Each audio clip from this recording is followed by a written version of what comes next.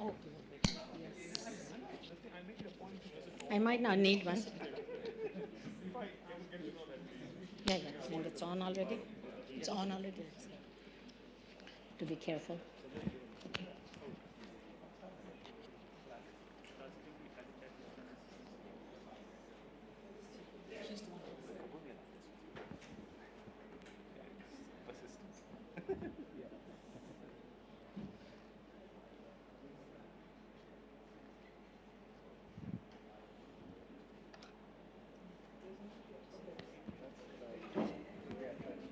Okay.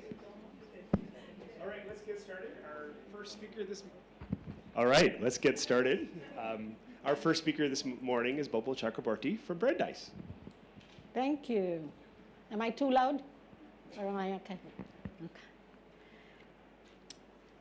Okay, so it's indeed a pleasure to be here, and thank you to Sayantan and Pramod for inviting me and bearing with me through all of the problems that we had in planning my travel. It's particularly rewarding to be here, and was touching to hear about Bob Meyer and his connection to Raman Research Institute, which I have known since I joined Brandeis. But Bob and I have never overlapped in India, so that's a pity. It's also interesting, I'm going to talk about shear thickening, and the first time I ever heard about shear thickening was Sayantan doing his PhD thesis with Ajay.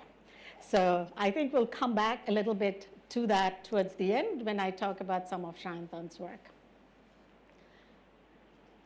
Okay, so the specific topic of my talk is university and scaling in shear thickening suspension. So I'm going to introduce what that is very briefly and talk about this idea of universality and scaling that we are all very familiar with in the context of equilibrium stat mech. But here it appears in a class of systems that's very, very far from anything that we think about in equilibrium. I'll also give you the broader context of why these materials have been interesting to me. So shear thickening is this phenomena that you're seeing here. This is cornstarch in water. Oh, and I should have written now the reference. This is an old paper. And what you're seeing is shear stress versus shear rate. So this is Newtonian, right? Fixed viscosity. And as you increase the packing fraction of the cornstarch, then you start seeing this interesting behavior. And up here, this is actually jammed. You see that there's now an yield stress to this material. So that's and at this point, this is what you would call a discontinuous shear thickening. So the viscosity jumps, not really jump, like when you're doing an experiment, it's not going to be discontinuous, but as you see, basically the stress doesn't change as the stress jumps as the shear rate doesn't change, right? So that's the discontinuity. So this is what people have been trying to understand within a laboratory. I think rheologists have known this for a long time, or at least longer than physicists have. And physicists got into this into this game seriously, I would say 10 years ago, a decade ago.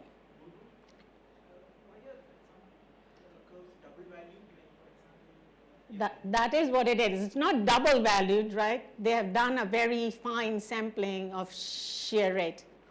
Oh yeah, so this is the jamming part. So if we, in a mean field theory, you would actually see an S-shaped backward curve, which of course cannot be, right? So if you do the stress control, then what you would see is that the shear rate is 0 at this, so you have to go beyond an yield stress, and then the stress would increase. In a rate-controlled experiment, it looks weird. Okay, but this is jammed. Yeah, so in some sense, forget about this. This shows that something weird is happening if you're looking at a rheometer, and Sayantan can correct me if I'm wrong. Up to this point, it's based... Stress controlled measurement. That's right. These are stress controlled. It's being plotted as strain rate, so that's why you can probe it. So, yeah. So this has been represented in a flow state diagram, which I'm thinking of as a phase diagram in this, in the context of my talk. So what you're seeing plotted here, as this is a very generic phase diagram for these systems. This is the volume fraction of, let's say, cornstarch. This is the imposed stress. So as Sayantan was pointing out, stress-controlled experiments are the ones that you can do. In simulations, you can do shear rate controlled, and you see two-phase coexistence, all kinds of things like that. So this region is called continuous shear thickening, and there are fluid dynamical theories of how clusters form from John Brady, and there are fluid dynamical explanations of what might be happening here. So there is weak shear thickening. So these curves here. And then you get into this regime, which is known as discontinuous shear thickening, and I'll tell you how this line, what this line is, etc. And then you get into this jammed state. So to think about this is the locus of points where the strain rate doesn't change as you change the stress. It's not that the viscosity has diverged.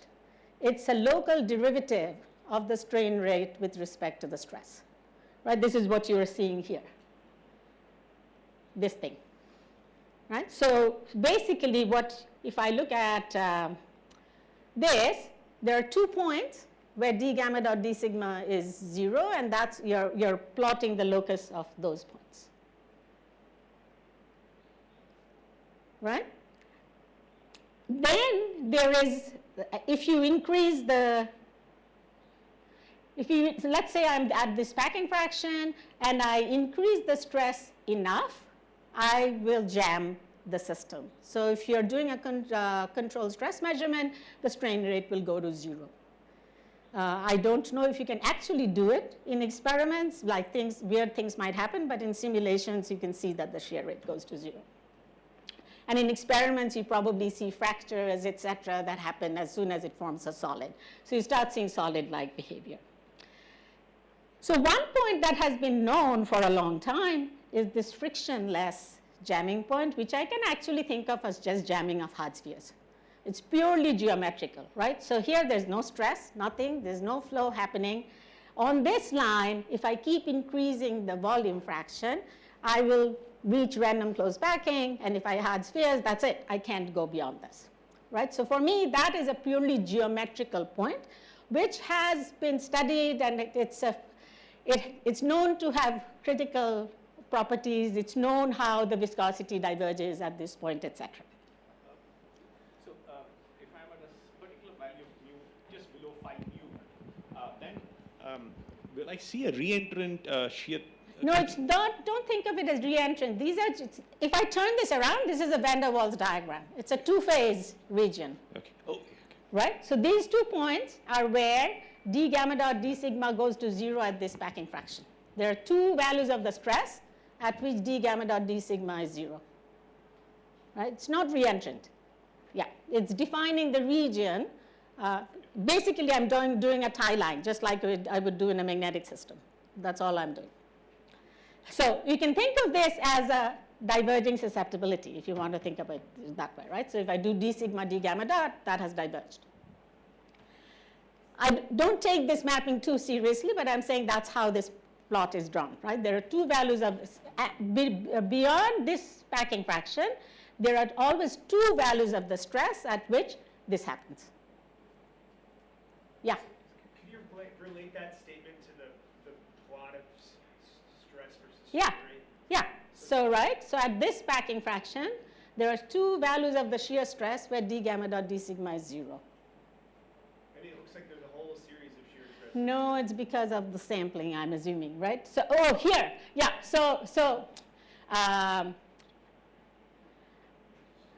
no, so these, so you're saying these points are all where d gamma dot d sigma is 0? Yeah.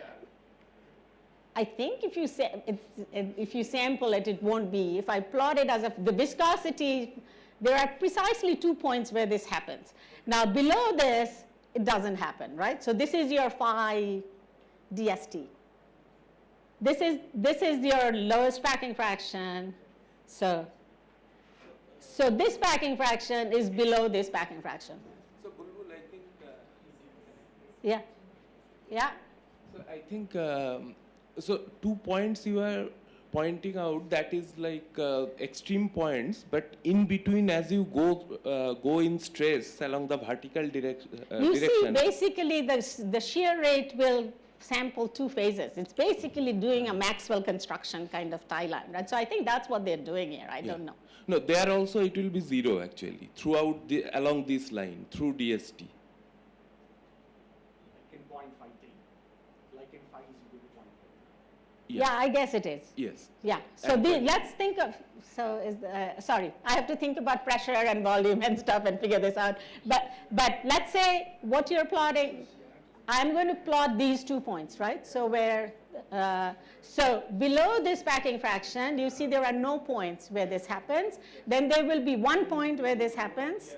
So if I turn this around, this is like TC in a liquid gas coexistence. And then I have to draw a tie line, right? So there is no, so I think, you know, in a tie line, whatever it is, it's not a single phase anymore. Is that coexistence? I mean, is there a You see it in simulations. Yes, you will see it in simulations. I wasn't going to get very much into that, but you see it in simulations that, you know, you control the stress, you will see flow, with low viscosity, flow with high viscosity, flow with low viscosity, flow with high viscosity. It looks very much like two-phase coexistence. like shear bands? Is it? No, the whole system does this. There's no spatial thing in here at all.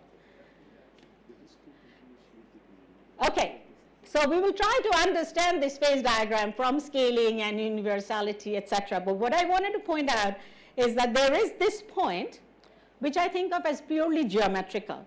But then there's this whole line of jamming, right? And that has to crucially depend on the kinds of interactions between particles, because that doesn't happen when you don't impose stress. So this depends, so this is zero stress, this point. This line, and I'll try to make this point clearer and clearer, and this line, the way it behaves, it's known phenomenologically depends on friction, adhesion, all kinds of things. You can change that. This point is fixed. Doesn't matter. What you do, take reasonably hard particles. This is the random. This line is sensitive to what kind of interactions you have. And these interactions are complicated, right? You can have friction, adhesion, all kinds of things. Okay, so the main topic of my talk is to try and understand how different phase diagrams like this, or flow state diagrams if I'm a rheologist, are there universality classes, and can we think of them in terms of scaling and universality, which is related to these jamming points where the viscosity actually diverges. So there is a line of points which are critical from that perspective, from the flow perspective, that the viscosity diverges. So can we understand that? But before I go into that, let me try and give you the broader perspective. So these are cornstarch particles. How do we construct a stat mech of these systems? So first of all, they're big, right? Oh, I had a scale bar somewhere. What's the size, Shamitan? 15 microns. They're all different shapes, all different roughnesses. So it seems a complete waste of time to try and think of these particles as interacting by an interaction potential.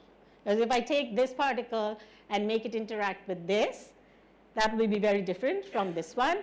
Not only that, if I rotate this particle and make it interact with this, it will have a different interaction. The roughnesses are all different. So one could try and think in terms of, oh, what other surface roughnesses can we characterize this? But the way we've been thinking about it is to get away from that. But what I want to emphasize is I'm bringing ideas from equilibrium statistical mechanics, such as university and scaling, but applying it to these systems, which were nowhere in equilibrium. They are not even driven away from thermal equilibrium. They're never in thermal equilibrium. There's no Brownian motion in these systems, right? So the question is, how do we think about these systems from a field theory perspective, from a StatMech perspective? And most of the talk today is going to be thinking about it from a phenomenological perspective. Do we see universality and scaling? And towards the end of the talk, hopefully I'll get to say something about a theory. Okay, so before I continue, these are the people who have been working with me. So Mike Dion is a current graduate student. My theory collaborators are Shubhro and Kabir, and of course their groups. So Kabir is at Hyderabad, Shubhro is at ICTS. Very strong collaborations with Itai Cohen's group at Cornell and Jeff Morris. So these are my experimental collaborators or experimental group, and this is my numerical simulation person. So Jeff Morris is the person who simulates these suspensions and has a very good model for simulating these suspensions. People who actually pioneered this research, it has been going on for a long time, people in active matter who know them now: Silke Henkes, Max B, Shumantro, who's at IISc, and more recently Jishnu, who's now at JNC. And I cannot give a talk on this kind of a system without expressing my gratitude to Bob Berenger. So the reason I came into this field is Bob convinced me that I could actually use condensed matter ideas to understand these systems, which look very weird and strange. Like, he's the one who said, you can still think about response, you can still think about fluctuations in this system. Those are well defined. So that's why I came into the field. Otherwise, who wants to study things like this? Okay. Okay, so let me sort of summarize why these systems are so weird. And I think it goes back a little to what Shankar was trying to say. I don't know if he's here. As I said, I actually don't know what the interactions are. So I could think of them as noisy interactions, and I think Jean-Philippe Bouchot called them noisy interactions. Wilson Poon calls them capricious matter. You don't know what they're doing. Non-Brownian, there's no underlying Boltzmann distribution ever, right? So there is no that I have a Boltzmann distribution and I'm perturbing away from it.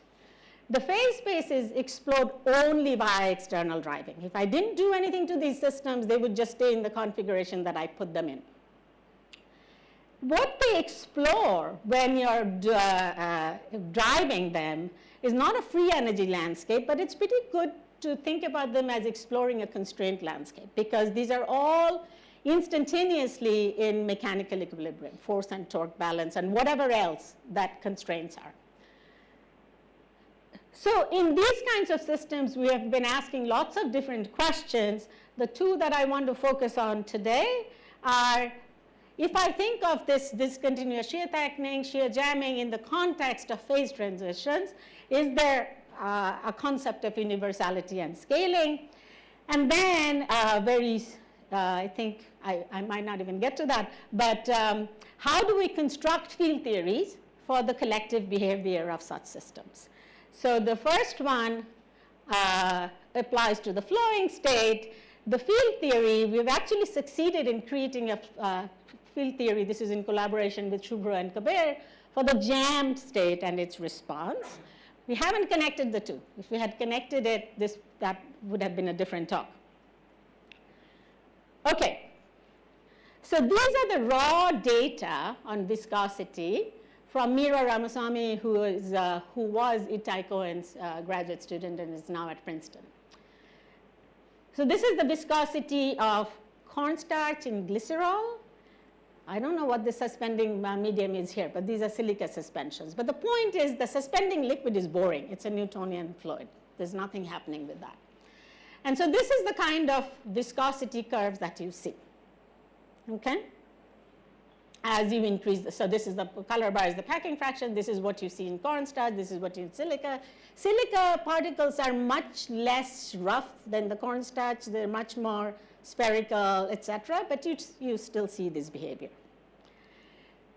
There is a theory of this, which was proposed in 2014 by Matthew Wiat and Mike Cates.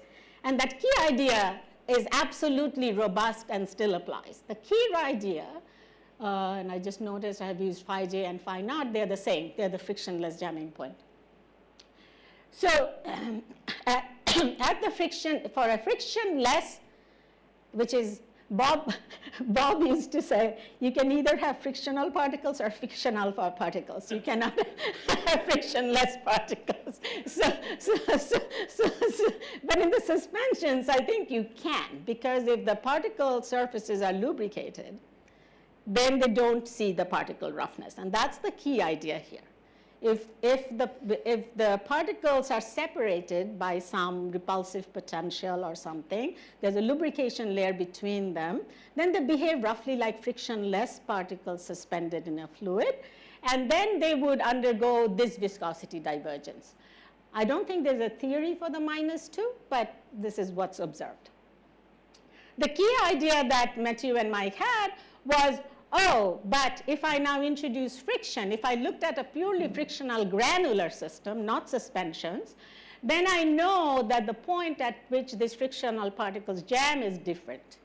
So the packing fraction is for frictional particles with friction coefficient mu is different from that of that.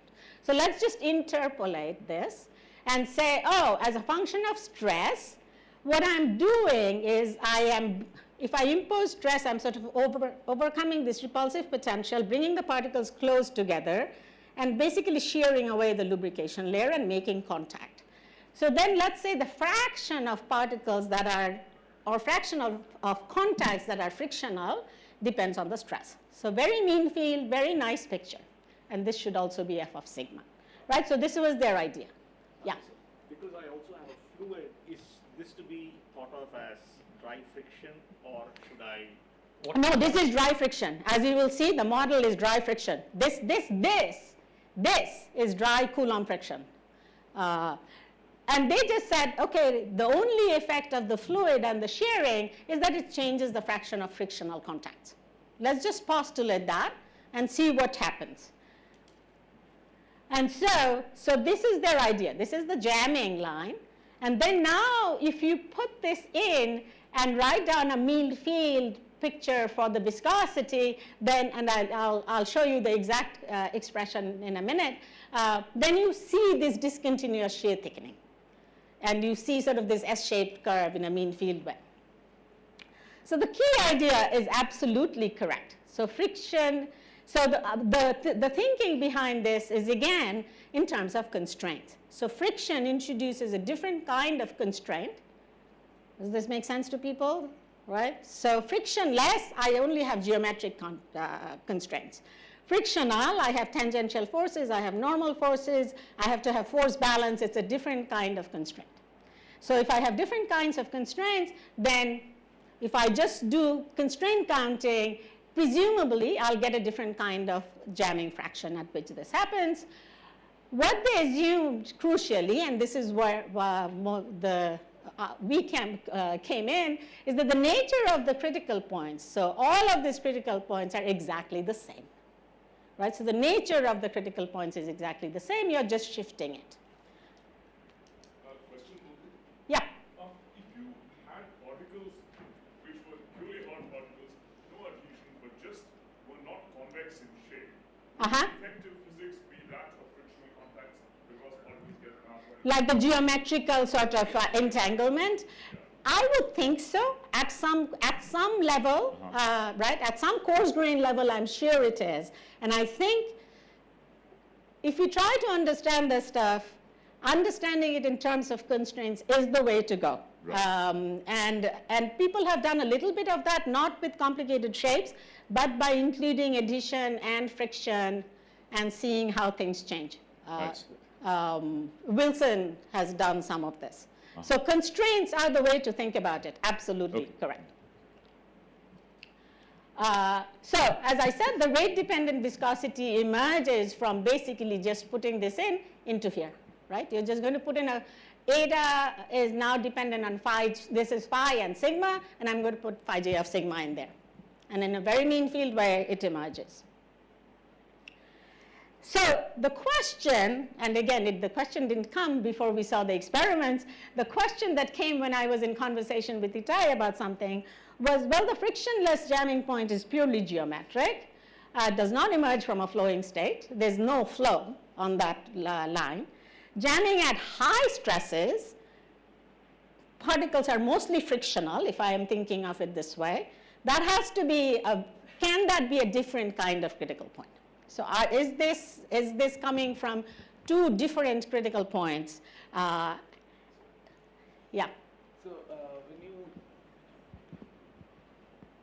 So when you mentioned that nature of critical point is same, so what? That's what they assumed, right? Because that's what they're saying is all I'm doing is changing the jamming fraction. This exponent is exactly the same. Right? The viscosity diverges as if it was frictionless. It's just the point at which it is jamming is changing. That's why you are telling nature is remaining. Yeah, and they mention this. They say for simplicity, let us just assume it's the same exponent everywhere. Okay. Right? Thanks. Okay. So then the question that I don't know why I thought about this, but I said, oh, is this crossover scaling between two kinds of different critical fixed points, which we know perfectly about in equilibrium statistical mechanics. So given this very broad audience, there are people here that know much more about this than I do, but I'm going to introduce this idea of crossover scaling, two different critical fixed points in the context of spin models first. So magnetic systems, so complex phase behavior in equilibrium systems can very often be understood in terms of different critical points with different universality classes and crossover between them. So the simplest system that I know, so magnetic systems, so Heisenberg to Ising, right? So the Heisenberg spin model is spins that can rotate freely. They're vectorial spins. And if I now introduce an anisotropy in the Hamiltonian and make it Ising-like, you have changed the symmetry of the system, and we know that the Heisenberg critical point and the Ising critical point are different universality classes with different exponents. So you would expect that you would immediately see the Ising behavior, even if you added a little bit of anisotropy because I've changed the symmetry of the Hamiltonian. So that actually doesn't happen. So in this phase diagram, so this is the anisotropy, this is the Heisenberg critical point, this is the Ising critical point. What one would expect is as soon as I go away from this point, I would see the Ising behavior. Does that make sense? Because I've changed the symmetry of the system. That doesn't happen because of the fact that there is an influence of this critical point. And so what you see, so what you think about is, okay, there's a distance from this Heisenberg critical point, and I haven't drawn a line. There's also a distance from this temperature. And if I look at the susceptibility of such a system where I'm controlling P, the anisotropy, and I know precisely where the Heisenberg critical point is, then what you would see is this kind of scaling behavior. So the susceptibility, magnetic susceptibility, if I ignore this and I had pure Heisenberg, would diverge at this point with some exponent? Yes? Raise your hands if you're yes. Okay. Now, if I add an anisotropy, the whole idea of scaling is now I have a scaling function that depends only on this distance, g, divided by some power of this distance of the temperature from TH. So I have some distance this way, some distance that way. And it's only the ratio of these two that matter. That's the scaling hypothesis. Okay? And so this scaling function then determines everything for me. And the scaling function, if I look at the argument of it, as the argument goes to 0, which means I am at Heisenberg, this has to be a constant. But this has another divergence characterized by the Ising exponents. Because if I go all the way here, I have to see the Ising exponent. Right? So the scaling function contains in it the crossover from Heisenberg to Ising. The nature of the scaling function contains that in it. And I know this has to have this behavior as the argument goes to 0, because then I have pure Ising. But it has to make me cross over to t minus ti to gamma I when I go to the Ising. Yeah? When you go to the Heisenberg. No, I'm starting from the Heisenberg, right? So when this argument is 0, I'm Heisenberg. I'm trying to figure out how I cross over to the Ising, okay? So it's the behavior of the scaling function then tells me, so I can draw sort of this crossover line where basically I cross over from this behavior to that behavior in some way. And there's a crossover line, so above this I have Heisenberg, below this I have Ising in the phase diagram. If I'm out here in my phase diagram, I will think I'm Heisenberg because the scaling function is still pretty much 1. But if I cross over here, and this is a crossover line, there's no transition there, nothing, right? The only transitions are here. If I go here, then I would see the Ising behavior because I'm going to start picking up this behavior of the scaling function. So that's the idea, right? That's the idea in equilibrium StatMech in a magnetic system that we ported over to try to think about frictional and frictionless. Okay? So in the mapping, frictionless is my Heisenberg, frictional would be the Ising. It's not symmetry, change in symmetry. I don't know yet. I have some ideas about what acts like sort of a change in symmetry in these systems. But it has to be constrained, as Sriram was pointing out. So that's the idea. So if we now just take that idea over to shear thickening and think of viscosity as the analog of the susceptibility, then this is what we propose. Right? So this would be the frictionless. So if the argument of this is 0 or close to 0, then this function is a constant. I would see frictionless behavior of the viscosity. But again, the scaling function, for me to see a different kind of behavior, the scaling function would need to have another divergence at some other point, probably with a different exponent. So connecting back to Matthew and Mike's picture, if this exponent is 2, then it's their picture with a very specific form of the scaling function. So their theory has 2 ingredients. One is that this is 2. It's the same as this. So the critical points are, the frictionless and frictional points are exactly the same universality class, and that they have a very specific scaling function. So their scaling function is this. Yeah. Which? Sorry, yeah. No, Yeah, Julian. Yeah. Can you say a bit more about why you expect the renormalization group formalism, which relies on scale invariance and an infinite correlation length, to work in these systems? I don't know. I'm saying I am now at the point where I guess people like Kadanoff and Widom where they found universality and scaling. We can sketch out an RG diagram from this phenomenology. The thing is,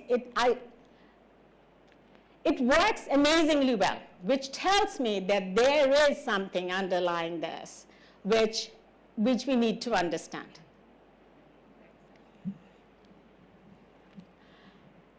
Okay, so this is the Wyatt and Cates, and we are saying, oh, let's generalize this idea to allow for different exponents, all kinds of different exponents, and see what happens, right? So the reason this came about, of course, does it work? The reason this came about was when Mira tried to collapse her data with the Wyatt-Cates scaling, it didn't work. Right? So this is her cornstarch, this is her silica. It's not bad, but it's not good either, right? Okay. So this is what she gets if you allow the more general form. This is both cornstarch and silica collapsed onto the same curve. This is the same scaling function plotted in a slightly different way. It's called the Cardy scaling function. And the reason this is useful is it shows you if the exponent is actually changing from the frictionless part, which is here, to the frictional part, which is there. And you see there is a change in exponent. I don't know if I wrote it down here. Did I? No, I didn't. So this is 2, but this is roughly 1.5. Okay, I'm not betting on these exponents being correct, but this change in exponents has now been seen in multiple different systems, including simulations. And the remarkable thing is the scaling function is the same for the silica and the cornstarch particles. It's exactly the same. The scaling function is the same, right? They fall on top of each other. The only thing that depends on the material properties is this function G of phi and sigma. So basically the material properties, as a rheologist or Itai or Mira tunes the sigma and phi and the materials, what they're basically controlling is the distance from this frictionless jamming point. And if you manage to get to the same point in any system, you will see exactly the same viscosity, which is a remarkable statement. And the thing that was remarkable to me, and Jim Satna was part of this paper and the discussion, is how far away from this the scaling collapse works.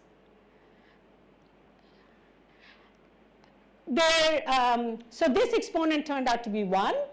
This, we had to find a function. We didn't know what that function was.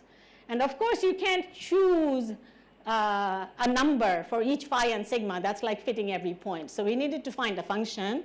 So we just assumed that it's the function is a product of something that depends on phi and something that depends on sigma, and it works remarkably well. I haven't shown you the 2 parts of it. But if you look at this function plotted as a function of stress and a function of packing fraction, what's interesting is, so think of this as the analog of Matthew and Mike's fraction of frictional contacts. It does increase as a function of stress, right? This is what they proposed. They said, it should just increase sort of like as a sigmoidal as a function of stress. But there's a non-monotonicity with the packing fraction. So it first goes up and then comes down, which I still don't understand. But this is what happens, right? So it's remarkable that the scaling works for these, I don't know what to call these systems. They are nowhere near equilibrium. They're being driven. One thing I should emphasize, and I should have emphasized this very early on, is all of these measurements are done in steady states. So these are non-equilibrium steady states of this. They're not transients. So in some ways, they're exploring an ensemble of states that remarkably behave, at least obey universality and scaling. Can we do other things? So incorporate other tuning parameters. And Mira had done these experiments where, so you have a rheometer and you're shearing it, but you can do an orthogonal shear and vibrate it this way.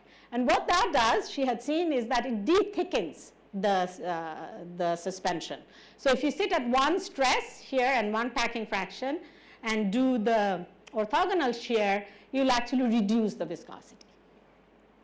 So the question was, so here is so these are the viscosities at different packing fractions as a function of the primary stress. But then if I look at one of these curves and ask what happens if I put the orthogonal shear, then you see that this decreases, right? So this is de-thickening. So we ask, can we collapse all of these curves? And this is what you get.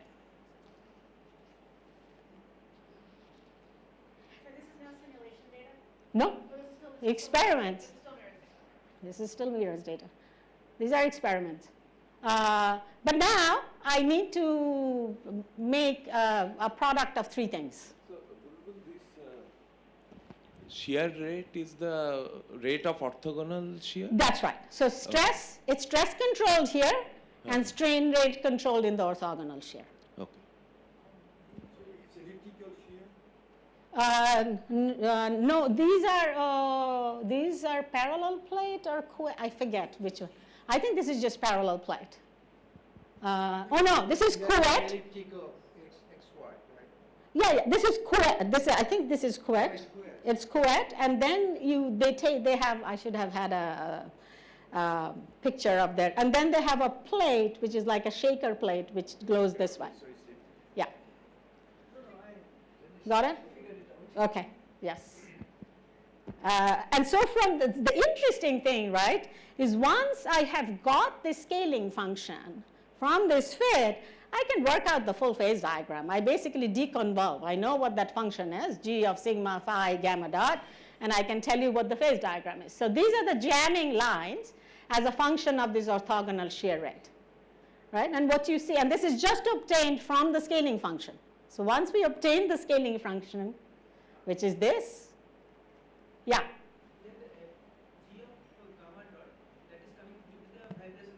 That's from the orthogonal shear. Okay. Yeah. This is the additional factor. So there are three different tuning knobs for me here, right? And we made this, so the simplest sort of assumption, and the product seems to work. Okay. So from the scaling function, I can then sort of unfold it and get all the phase diagrams. So these are the phase diagrams, and what you see is that as you make the orthogonal shear higher and higher, you basically have just this line where the packing fraction at which even a frictional suspension will jam is just the frictionless one. Basically, you're removing all the frictional contacts in some way when you orthogonal shear it. And these are the same, so the dashed lines are now the discontinued, this d gamma dot d sigma. So this is the region in which I would have discontinuous shear thickening, and this would be jamming for a particular gamma dot, I forget what. But as you keep increasing gamma dot, all of those regions shrink, and you basically become frictionless.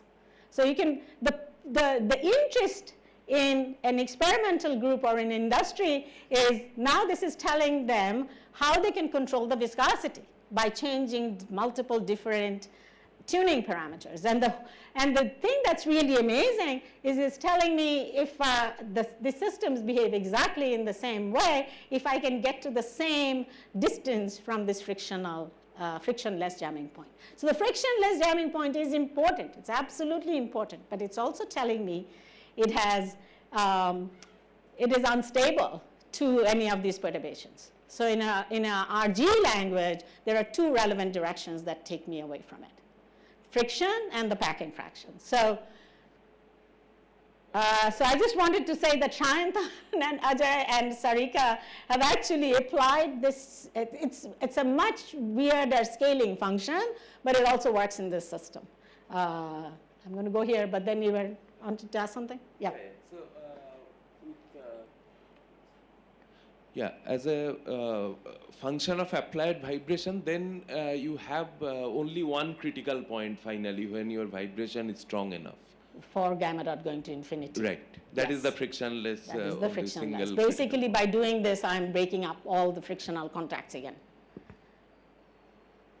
You can think of this in terms of force chains, which I am not going to, because I have a message at the end about why we shouldn't think about force chains. But yes. And just to clarify the connection to the experiments, so what range of, on this phase diagram, where were Mira's experiments? Were they all in the All of these, not the infinity. But did she go into the jammed region? Or all the data looked like it was in the flowing region? And All of the data is in the flowing region. So the Yeah. jamming lines are coming from the scaling function. so you're extrapolating That's from right. the The rheological DST, data. this part is what she can explore. Got it. But you didn't show that yet, right? Or to her, did she have DST data? Those are all DST data. I'm confused because you started off by showing these curves where there was, how is that DST? Oh, Sorry. this is, if you plot the viscosity as a function of stress, there are 2 points where the slope is 1. Where the slope is, okay, because this And is now a that's different type of plot. Yes, You it's switched not plots. stress versus shear rate Okay, anymore. so anywhere so where in there's this a plot, scaling of one. the onset of DST is where there is, the onset of DST is where there's a single point Sorry, where the slope yeah. is 1, because if sigma over, if the viscosity goes as the stress, then my d gamma dot d sigma has to be 0. It's Okay. basically scaling as the. Okay, thank you. Okay. Yes, sorry, I should have said that. Yeah, so all of her, so she spans the continuous shear thickening and the discontinuous shear thickening. They cannot, the rheometer would probably break if they went into the jammed region. Okay, where am I? Okay, so I just wanted to say this, that even in these very complicated fractal suspensions of carbon nanotubes, which has a different kind of phase diagram, the scaling seems to work. Again, if you pick this distance in the right way. And Shayantan can say more about that. Okay, so this is the RG phase diagram, the RG flow diagram that we can construct based on what we have seen, right? So what it's saying, and I have no theoretical basis for drawing this plot. It's all phenomenological. So this is the frictionless isotropic jamming point. And in an RG sense, what it says is that I flow away. So if I do a linear stability analysis of this fixed point, it flows away in this direction, and it flows away along some other direction, which has to do with this distance from the. So this is a measure of friction. And then somewhere here, there is another critical point, which is the frictional critical point, and it's a critical point, so it has to have this hyperbolic character, flows, so this is the critical surface, and it flows away in these directions. So the exponent that we are seeing is coming from these flows, but we have no theory for this. So this is constructed based on what we see. There is no theory for it yet. So this sort of begs for a theory, and I don't have one yet. Eric, I have what? We have 15 minutes for Okay, so I discussion. right. So I can. So I'm going to switch gear a little bit, and so what we're ultimately aiming for is a field theory based on constraints, because I think I am a complete believer in that's what matters. Which can give me something like this, right? So I can go from the jamming to the flow. What kind of field theory? I have no idea. It's certainly not a thermal field theory. So what I'm going to do in the next 5 minutes is tell you that we do have a field theory, a continuum theory for elasticity of these jammed solids. And the reason, oh no, I have more to show. Sorry. I'm not going to get to that. Okay. I said I don't know much about this, but we wanted to probe this point a little bit. And there we have to go to simulations. Okay, and these are simulations done in, so I will not get to the jam thing. But let's look at this friction. So we are saying this frictional point is very different from the frictionless. So can we get some insight into what's happening there? And these are simulations done in Jeff Morris's group. And Jeff has this amazing model. So I'm just going to flash this model here. It's always force balance, but they have hydrodynamic interactions are only lubrication. But this term comes from the Stokes drive. So it's a Stokes flow with lubrication interaction. But then they have this contact interaction, and they have a particular way of switching that on and off. So this is the lubrication force, and people who know, so there is always this singularity of the lubrication force as things get close together. So this is what Jeff calls the squeeze mode, the tangential mode. And so they regularize the lubrication. Basically, they say if a particle has roughness, then if they come within some distance of each other, they actually make contact. So let's think of that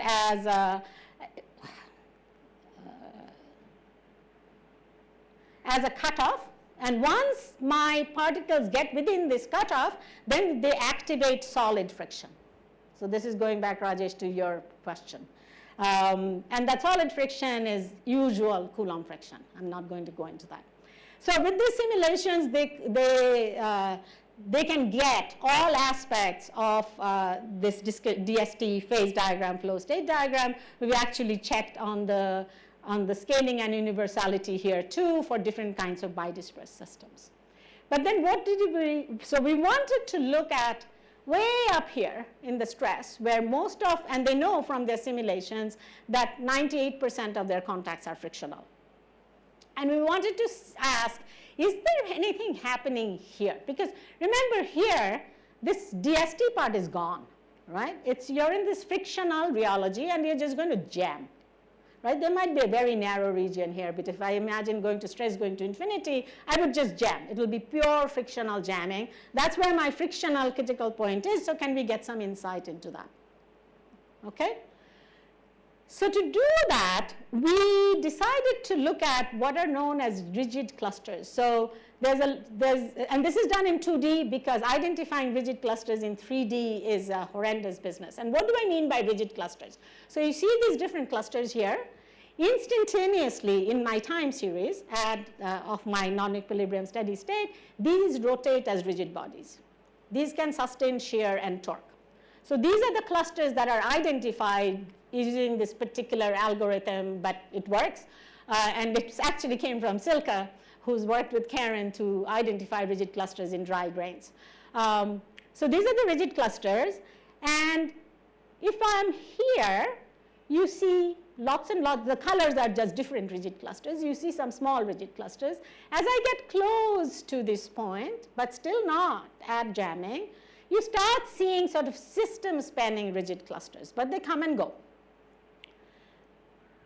So I'm just going to show you the video. So this is at a packing fraction, not very far. The thing is extremely sensitive to the jamming packing fraction, to the packing fraction.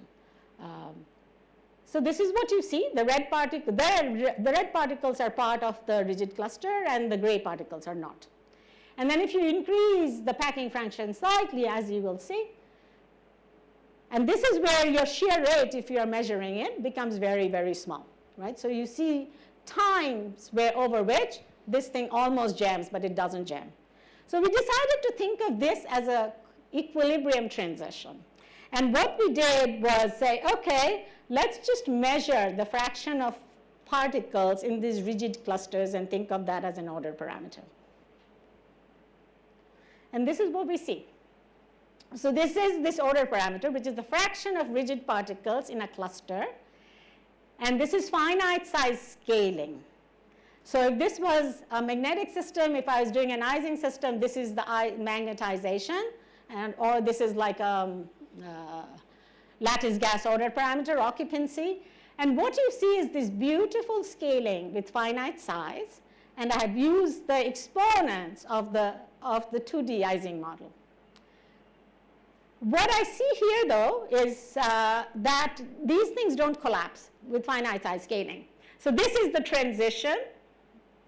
So the reason is, if I didn't do the finite size scaling, these don't depend on system size. So I see a critical behavior, but it's actually happening in the presence of a symmetry breaking field or something. So it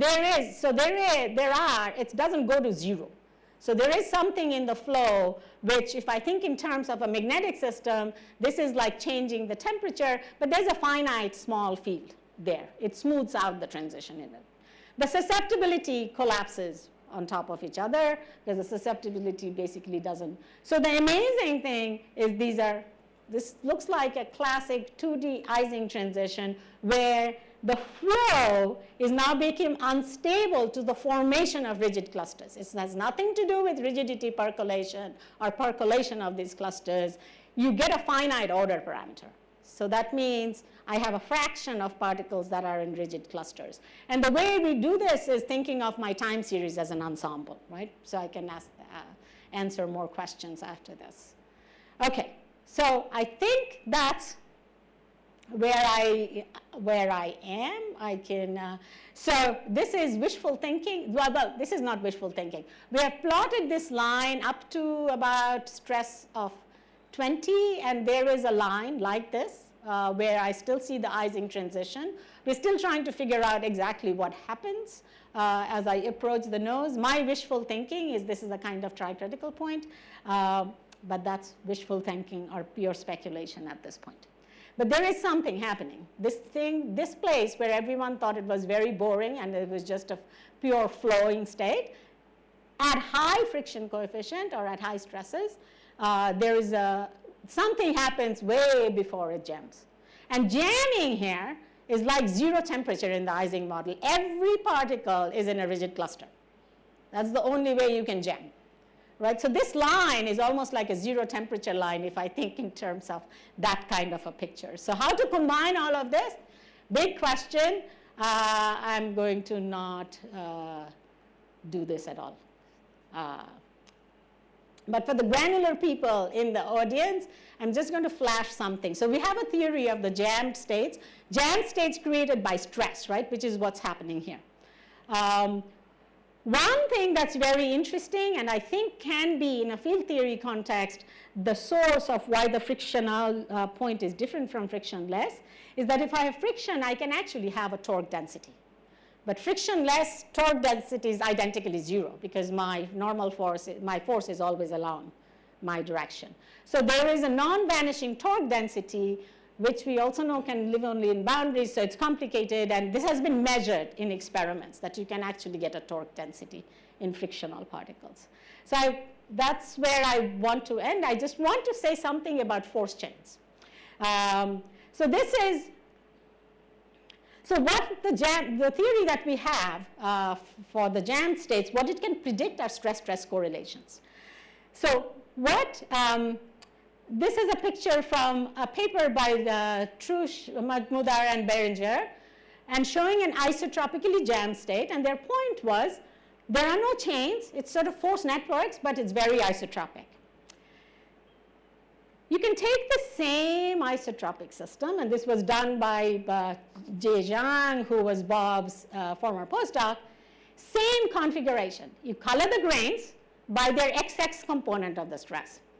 They span in the X direction and not in this direction. Color them by the YY component, they go in this direction. Color them by the XY, they go in this direction. This is a prediction of the field theory. It's basically saying the longitudinal and the transverse correlations are very different, if you think of sigma XX as the component of a vector. So what you're seeing here is a superposition of these. That's why you don't see anything. If I now go to a sheared state, which is compressed in the X direction, people say, oh, force chains. What am I picking up this? The sigma YY is much smaller than the sigma XX. So it's just this fact that the stress-stress correlations are highly, the longitudinal and transverse correlations are completely different. In the longitudinal direction, they are positive and they die with the power law. All correlations are power law in these states because they are elastic. But in the transverse direction, they immediately become negative and then approach zero with the power law. And that's a consequence of basically a Gauss's law, the momentum conservation. It's very, very robust. So when we say we see force chains, this is what we are seeing. If I had compressed this in the Y direction, I would have seen that. So force chains are picking up visually a signature of these stress-stress correlations, which comes from basically the constraints of force and torque balance, no broken symmetry. Rigidity comes in these systems from constraints, and that story I'm not going to tell. Okay. Okay, so I'm going to just put up my conclusions there and end because I think I've taken up all of my time. Yeah, I think we have time for a couple of short questions before we move on. We have time for a couple of short questions, yeah? I think there's a mic coming. G of sigma phi versus, and there is a non-monotonicity in the volume fraction you told. And could you specify which system? Is it generalized to every system? Because what I feel like... So the one that I showed you was the cornstarch. The silica has the same, but it doesn't have the same function. Because it might come from the anisotropy of the I have no idea where it comes from.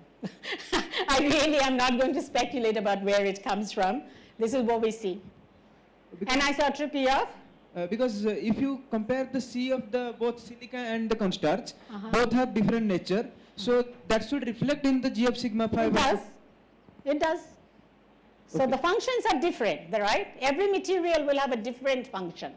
But if you find a combination of sigma and phi, which gives you the same G, you will see the same viscosity, right? That's...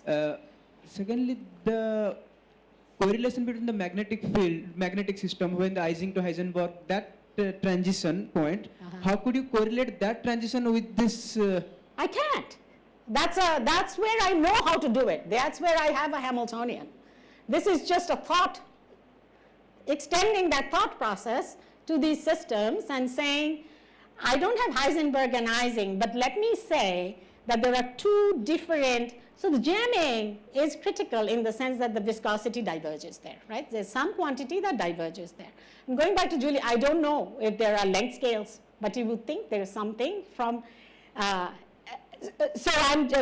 we took over this idea that if you have two different kinds of critical fixed points, then what would you see? But one is not Heisenberg and the other is not Ising. There's no broken symmetry here. There's no symmetry change here. All right, one last question before Madan. Okay, two more. Make it quick. Absolutely. Absolutely, yes. Sorry, what was the question? Is the contact network changing across all of this? Yeah. So, yeah, if I had, so the theory of the jam state depends crucially. The point is the stress and the packing fraction are creating your contact network for you. They are not given to you, right? So that determines for you everything. The elastic moduli, the viscosity, it is coming through there. Exactly how it's coming in, and the reason that the contact networks that are created are coming because they have to satisfy the constraints on force and torque balance, right? So we have not been able to make a clear connection of the continuum theories that we've been playing with to the discrete networks that are connected to those. Great. So how about we'll take one more question, but while the question's being asked, Madan can set up to Yes. buy us some time. Yeah. So, Bulbul, you mentioned that inside the jammed region, everything is part of rigid cluster. So It has to be. Are you counting the these rattlers also? Or Oh, I have. There are no rattlers in a suspension. Oh, it is In this everything. kind of simulation, there are no rattlers. They can't be. Rattlers are a peculiarity of dry granular simulations because there is no state on this side. It's all vacuum. If you have a flow, there are no rattlers ever. But there might be some with one lubricated contact, right? So, but they're not rattlers, right? They're still interacting with the other. I see. Okay. Okay.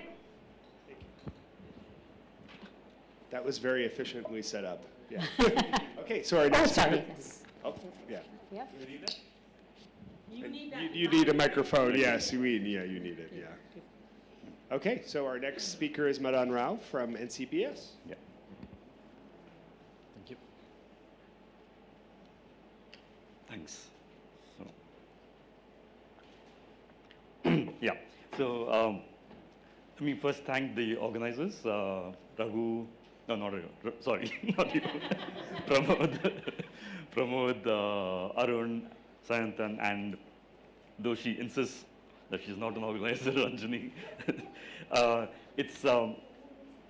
it's almost like homecoming for me because I used to be a faculty member here for almost 15 years. And before that, when I was in early college, I used to come here and sort of torment the faculty members at that time. I used to discuss a lot with Vishweshwara, who passed away.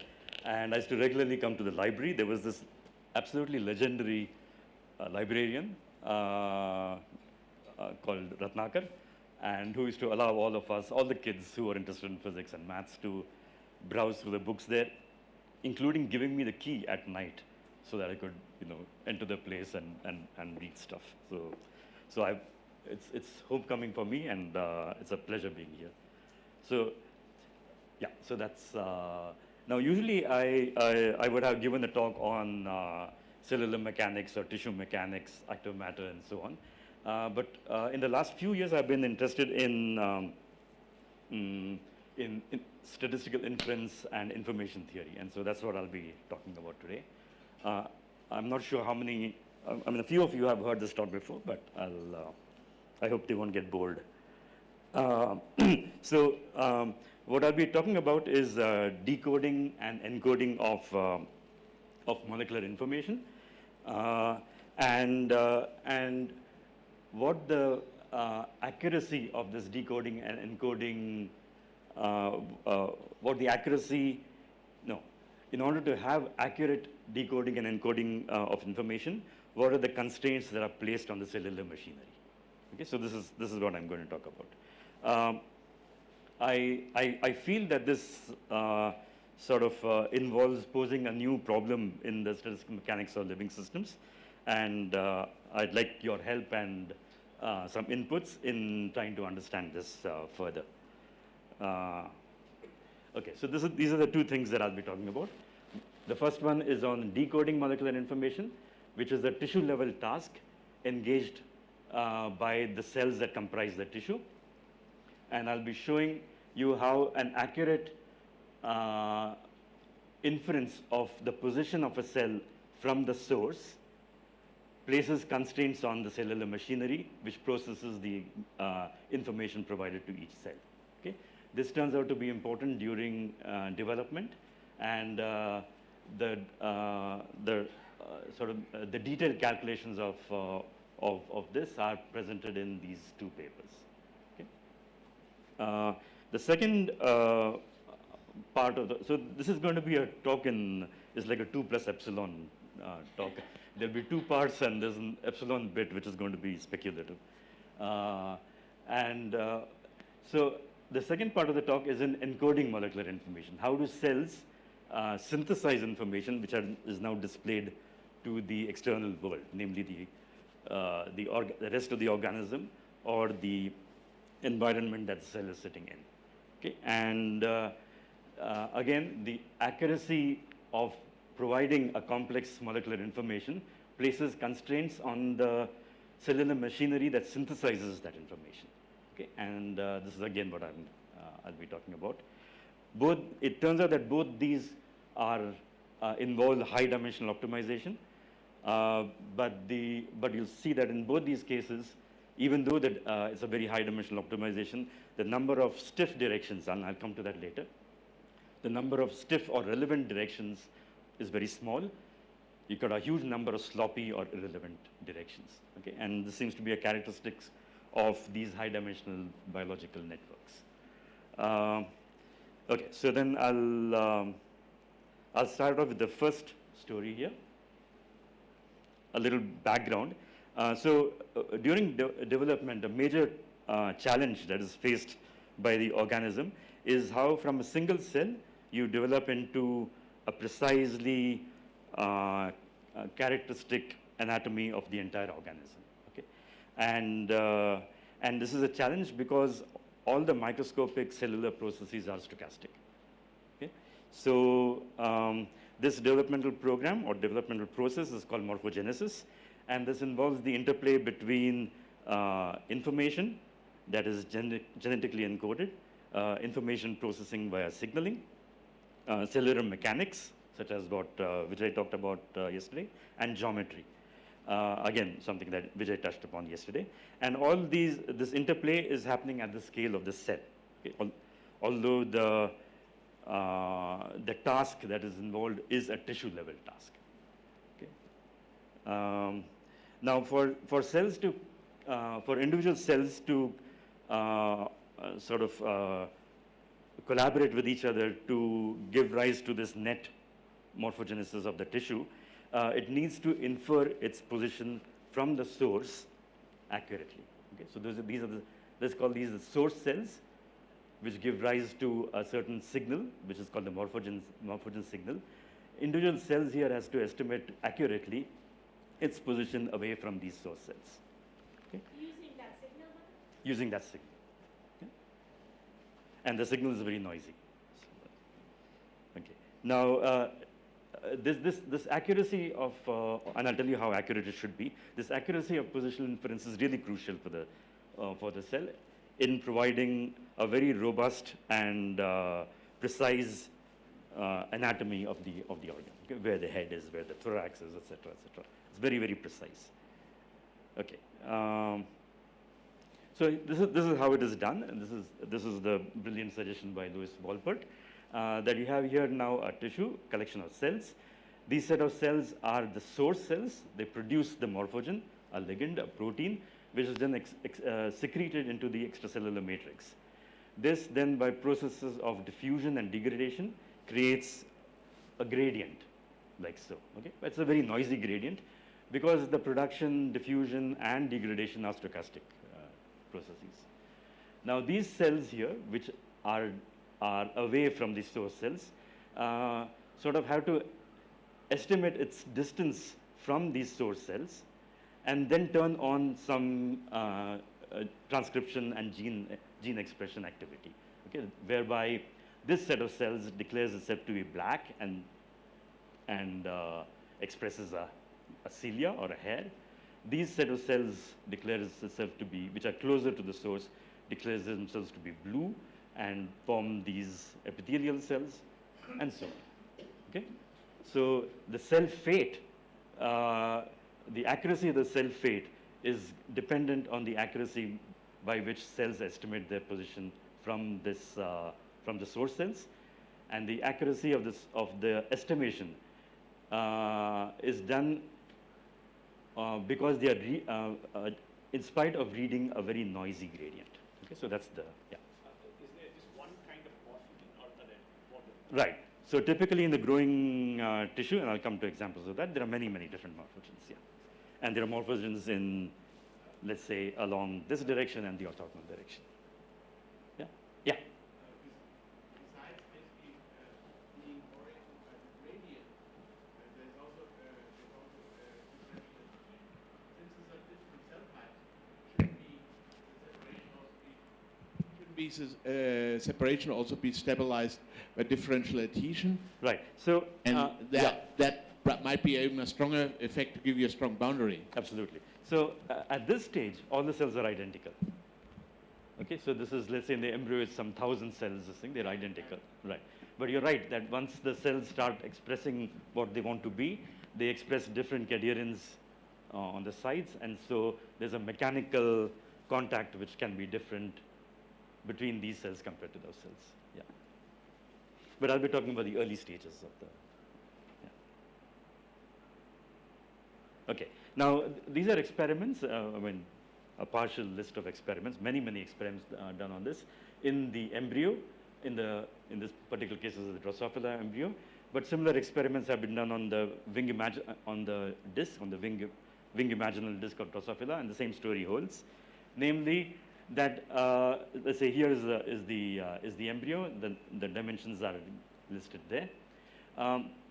It turns out that right at the start, there is an establishment of the anterior versus the posterior, namely the front versus the back, and that has been done very, very accurately. The assignation of which is anterior and which is posterior is regulated by this morphogen called becoid, which is a noisy exponentially decaying gradient here. Okay, and the different cells here need to read out what the value of the becoid is locally. They express a gene called hunchback, which, despite the noise here, is fairly sharp. This drop here is accurate up to 1 cell width. Okay, so despite reading a very noisy gradient, it turns out that the accuracy by which the gene expression of hunchback happens, and thereby specification of anterior and posterior, is accurate up to 1 cell width. Okay. So these are the cells that express this gene. Say that again? The morphogen is coming from the outside. It's on the extracellular matrix. The extracellular matrix. Yeah. And there are receptors there on the cell which bind to it. Yeah. That's just diffusion, or? So I'll come to that later. I'll tell you the process. Yeah. Okay. But the point of this picture is that the output, that the gene expression output that is generated is really sharp, despite a very noisy input. Similar, this is event that happens further downstream. This is in the gene called even skipped, which goes to demarcate the segments in the Drosophila embryo. The expression level of even skipped is also accurate. This is given by the maxima of these curves, is accurate up to 1 cell width. Okay, despite the fact that the signal that is receiving is very noisy. Okay, so that's the.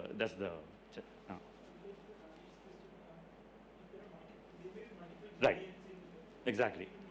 Right. So, for instance, this is becoid. this is some other other gradient that happens. That could also increase the accuracy. Yes, absolutely. So they could use information from multiple gradients to meet together. Yeah, but still the problem still remains. The gradients are noisy, the expression is very sharp, and how does that achieve? Okay. Yeah, so now the way we're going to approach this problem is by treating every cell as an information processing unit, a channel, and the machinery of the cell will read the noisy information that is coming from the morphogen gradient and convert that input into an output. Okay, and the idea is that though the input is very noisy, the output that is generated is less noisy. And so the question is now, what are the constraints in the machinery that needs to be placed in order to achieve that task? Yeah. Does the cell need to read the value of the concentration or its gradient? Does it have an absolute reference? I believe it needs to. So the cells are 20 microns in size. I think the consensus is that it reads the value of the morphogen. I see. Yeah. And does it also, But, does each sorry, cell also know front and back? In certain cases, it is known that cells actually measure, they make a different measurement in the front of the cell and the back of the cell, but that's not the case here. I see. So, And each cell is already polarized with respect to front and, it knows front and back already in this layer? in this picture, it already knows, well, it doesn't know. So for instance, it only sees a value of the concentration of the ligand, but it doesn't know whether it is coming from like so or like so. So There's- that's, Okay, all right. yeah. There's naturally one more trick to detect weak gradients, which is stochastic resonance. Does this play a role? Stochastic. Okay, can we come to that point? Maybe Okay. what I'm saying might be related to that, but I haven't thought about Okay. it. More, yeah. It does. Okay, I think it. Yeah, we can. Okay, so so what we'll be doing is to use the information processing and systems biology, sort of a combination of these two, to eventually address this question.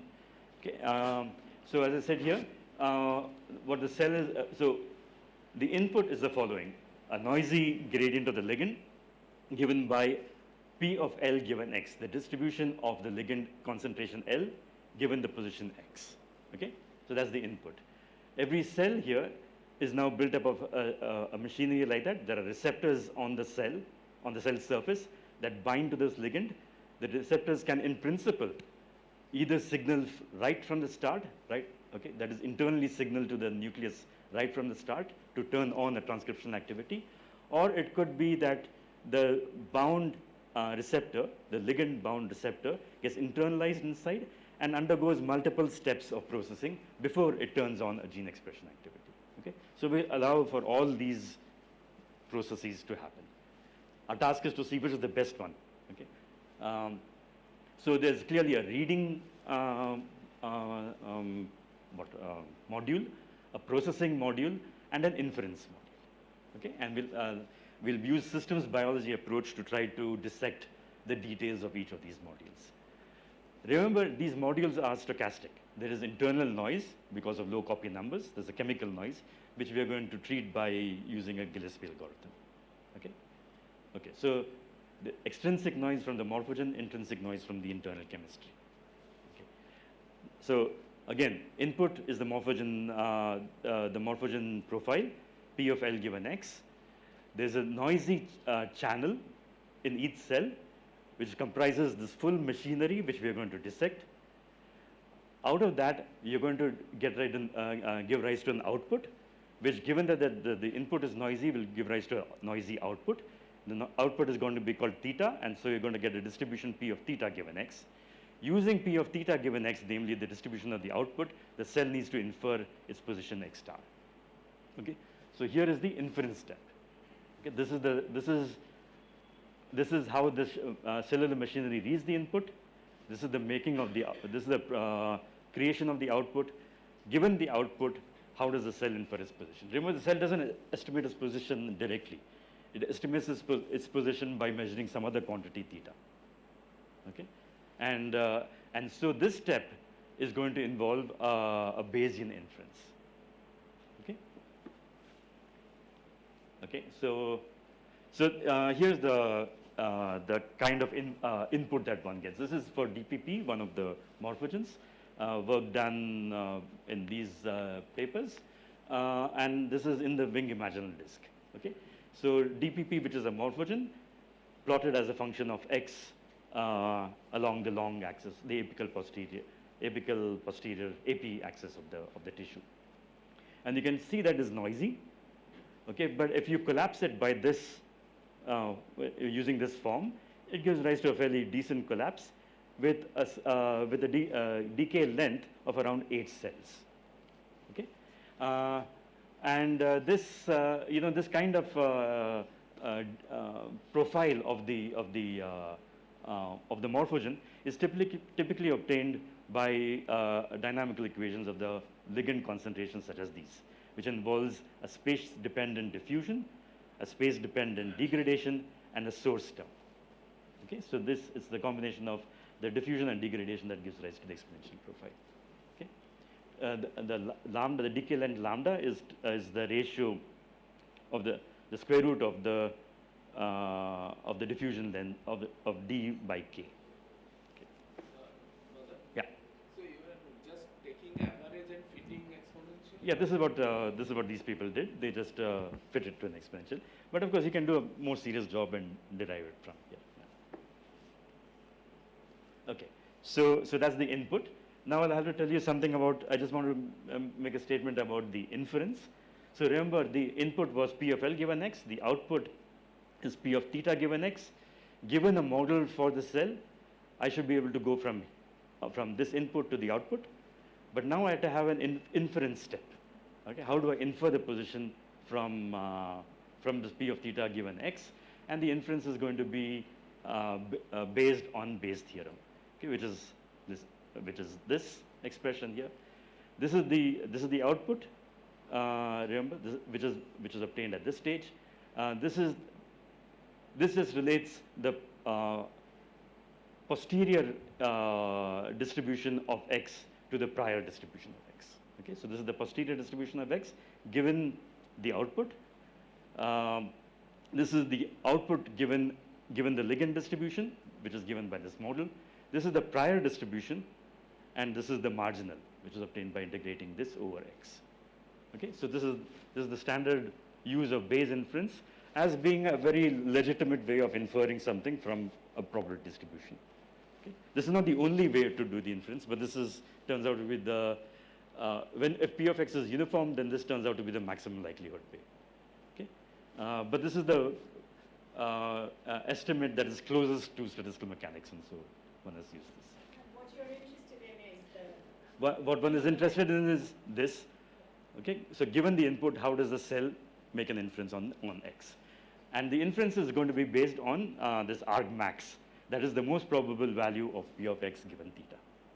Okay, so if you collect enough events, compute P of x given theta, and it's like so, I'm going to say that x star, the inferred position, is the maximum of that. Okay, so that seems reasonable. Okay, any questions? So again, going from here, this is the input. You have a model, and we're going to explore the space of models. But given a specific model, you can compute the output. The output is a distribution. I'm going to now get an inference of the position by using Bayes' theorem and argmax estimate. Yeah.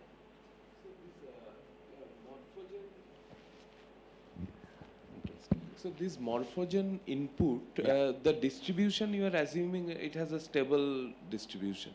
This is the input that is given to me. Yeah.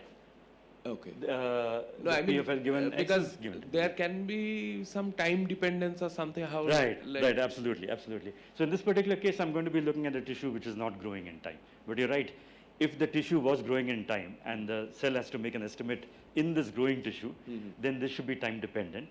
Right. And one has to put that. We haven't done that problem yet, but that's a very interesting problem to look at. Thanks. Yeah.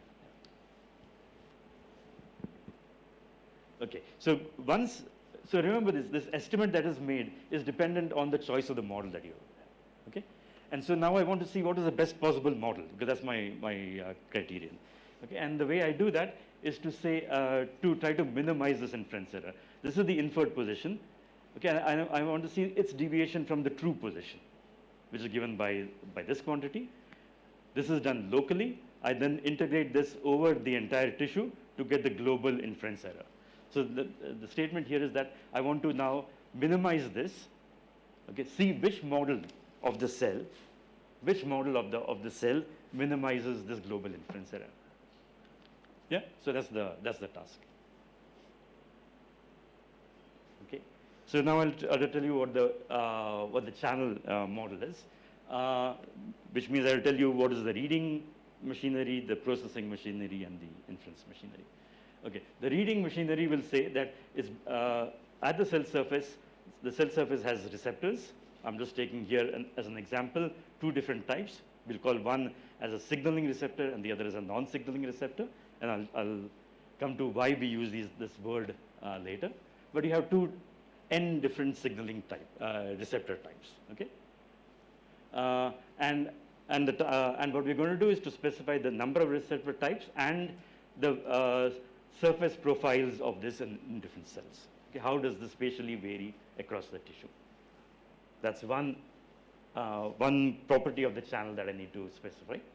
The second property is the number of compartments.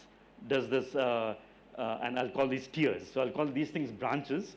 The number of receptors, I'll call it branches. The number of internal processing units, I'm going to call as tiers. Okay, so I can do everything at the cell surface when I have only one tier, or I can internalize it once. It gets into a compartment here, and then it signals to the nucleus. That would be 2 tiers, and so on and so forth. Okay. Yeah. This is like a 1D problem that you're thinking. This it's a 2D problem here, but you could also do it for 1D. Yeah. No. What I'm asking is if you're talking about morphogen gradients right. from a source. The gradient, right. The gradient is along one direction.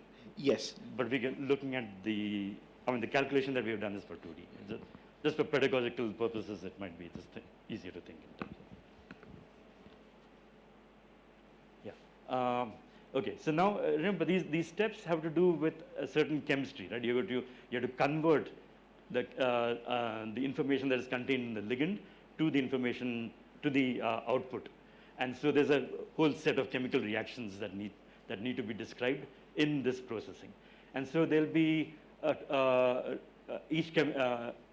chemical network will have a certain topology and certain rates, including feedback. Okay, so for instance, this is a typical chemical reaction network that will describe this process. So you can see here, these are 2 branches because they have 2 receptor types. This is the okay. There are many internal states, and these will correspond to the different tiers. Each of these internal states are now connected to each other by arrows, which go back and forth. Each of them will have chemical rates. There'll also be feedback controls here. You can see that this node, the state here, is going to drive a certain rate of chemical reaction in that direction. Okay, it can either down-regulate it or up-regulate it, and this will be a positive feedback or a negative feedback. Okay, so these are chemical reaction networks with feedback. Okay, so and therefore they have their intrinsic parameters. Pardon? You can have coupling between these two. For instance, this is an interbranch. Yeah, and you can have coupling between here also. Yeah, exactly. Okay, so this is the channel that I've talked about, and once we get the output, you need to use Bayes' theorem to get the inference. So this is what I talked about earlier. Okay, so this is the entire description of the channel model that is going to read the noisy ligand from the outside and convert it to an output. Okay, so the first step here is that I wanted to say the following. A cell here doesn't know that the signal is coming from this side or that side. Okay, this is an answer to Sriram's question. And so you can easily convince yourself that you need to have at least 2 different senses in order to do that. Just like you have 2 nostrils or 2 eyes to look at. You require 2 senses here. Okay, so And I'll show you a more detailed calculation will actually show that you require 2 sensors to do that. So one shouldn't be surprised to about the fact that having 2 or more sensors would be optimal compared to a single kind of sensor. But these sensors are now going to be expressed in every cell. Yeah? And so one will have to now ask what is the optimal concentration of the surface profiles of these 2 receptors that give rise to the best output. Okay. So now let's assume that there's a uniform distribution of receptors. The ligand that comes in has a gradient. It's a noisy gradient. But I'm going to just distribute the receptors uniformly. Okay? And they're uncorrelated. It's going to be distributed in a uniform but spatially uncorrelated distribution of surface receptors. If we use this given surface profile with the kind of machinery that I talked about here, you'll see that you don't do too well in terms of inference. Okay? So this is the local inference error plotted against X. Okay? And you can take, let's say, the simplest one tier, one branch system, and you find that in black here is the unprocessed ligand. That is, I don't do any processing, I just get the data, the noisy data from the ligand. That is a black curve. But if I put this uniform distribution of sensors, I hardly do anything better. Okay? So there's no gain in yeah. So when you distribute it uniformly, it doesn't know one end from the other? No, it doesn't. Right. Yeah. I've just drawn this dashed line here. This is what you want to achieve. This is the limit of one cell width error. Okay? So you want the dots to come down there. And you can, this is just a teaser, you'll find that the optimal architecture of the cell indeed achieves that. Okay? Yeah. What's that? Why is there a peak? Yeah. Okay. The peak comes out because of the way we've chosen the noise. So the input is a exponentially decaying thing, and the noise is just given by the square root of the mean. And so this is where you have the lowest signal to noise ratio. So it's an artifact of just choosing. We could, for instance, have taken the experimental data and then. Okay, so don't put too much emphasis on that. Okay, so the bottom line here is that what one needs to do is to systematically place the sensors with a certain spatial variation on the cells, and that would achieve possibly the optimal inference that you want to achieve. Okay, and so as I said, we look at different kinds of architectures, different kinds of feedbacks. These different architectures are architectures are associated with different chemical reaction networks. This is a typical kind of chemical reaction network that you see. At most, they are these are nonlinear ODEs that can be written down. They are nonlinear because they could be bimolecular interactions, and so that's one source of ODEs. The second source, one source of nonlinearities. The second source of nonlinearity is that you're allowing for feedback, either positive or negative feedback, which brings in their own nonlinear terms. Okay. So each of these chemical reaction networks are associated with nonlinear ordinary differential equations, but there are a huge number of them, and there are many different parameters, which is what I said about the high dimensional optimization. So in this high dimensional optimization, you're going to optimize both the rates, the feedback parameters, and the network topologies to arrive at what is the best and optimal chemical network that gives you the task that you want. Okay. So let's now go step by step. Here is where you have one receptor type with feedback. Without feedback, it turns out to be as bad as a noisy input. It doesn't do anything. But with feedback, you get a slight improvement. The black curve here, which is the unprocessed signal coming from the morphogen. Okay, so the inference error coming from the unprocessed signal is slightly improved by having this kind of network, a single receptor, single tier, okay, but with feedback. If I look at what the optimal surface profiles should be, it turns out that this signaling receptor should be decorated in this particular way, where the concentration decreases away from the source. Okay, just like the ligand is. The ligand is also decreasing away from the source. the sensors are following the profile of the ligand. Okay. Now, if I have two different sensors, so two branches, okay, but they bind to the ligand and they get the sort of output of these two comes together in the conjugation step, and then this then signals to the nucleus. This one does even better. Okay, so having two sensors but no feedback at all, it does a slight improvement over this. Okay, but even so, here that you find that the receptors, both the different receptors, namely the signaling and the non-signaling receptors, they decrease away from the source, following the gradient of the ligand. Okay. Now it turns out there's an interesting thing. So now let's start with this simple architecture where you have two different kinds of sensors, namely two branches and one tier. But now with feedback. Okay, so there's a feedback between this node and that node. Now you see there's a tremendous reduction in the inference error. It's almost come to that dashed line here, which is the one cell width error that you wanted to achieve. Okay, and that happens because of having a combination of this feedback and a certain way in which the profile of the signaling receptor and the non-signaling receptor is deployed.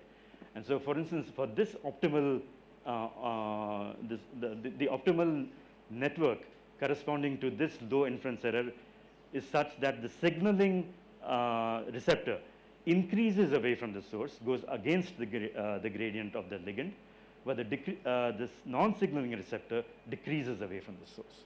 So it does opposite. Okay? This is absolutely unexpected. But we have a sort of heuristic argument to try to understand why this is so. But without doing the calculation, it would have been an unexpected result.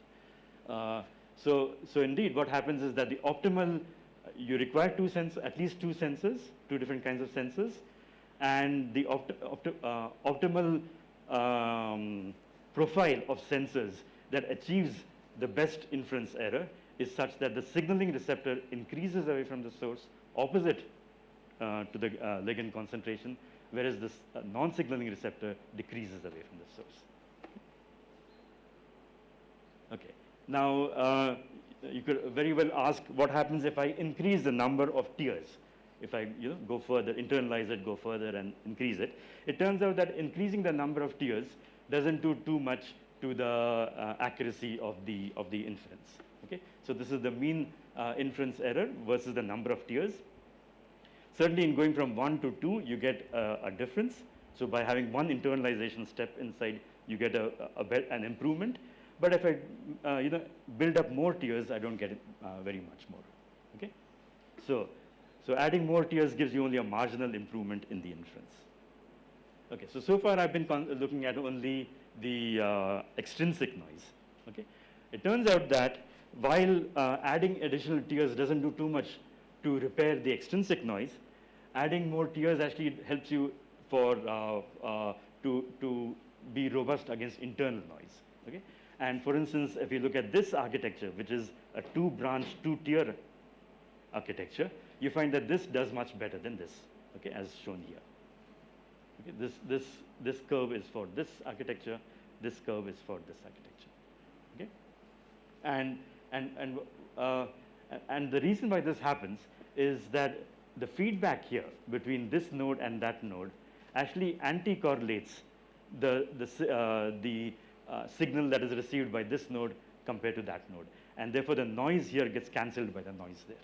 Okay? And there's an interesting way of seeing this by mapping this onto a dynamical system.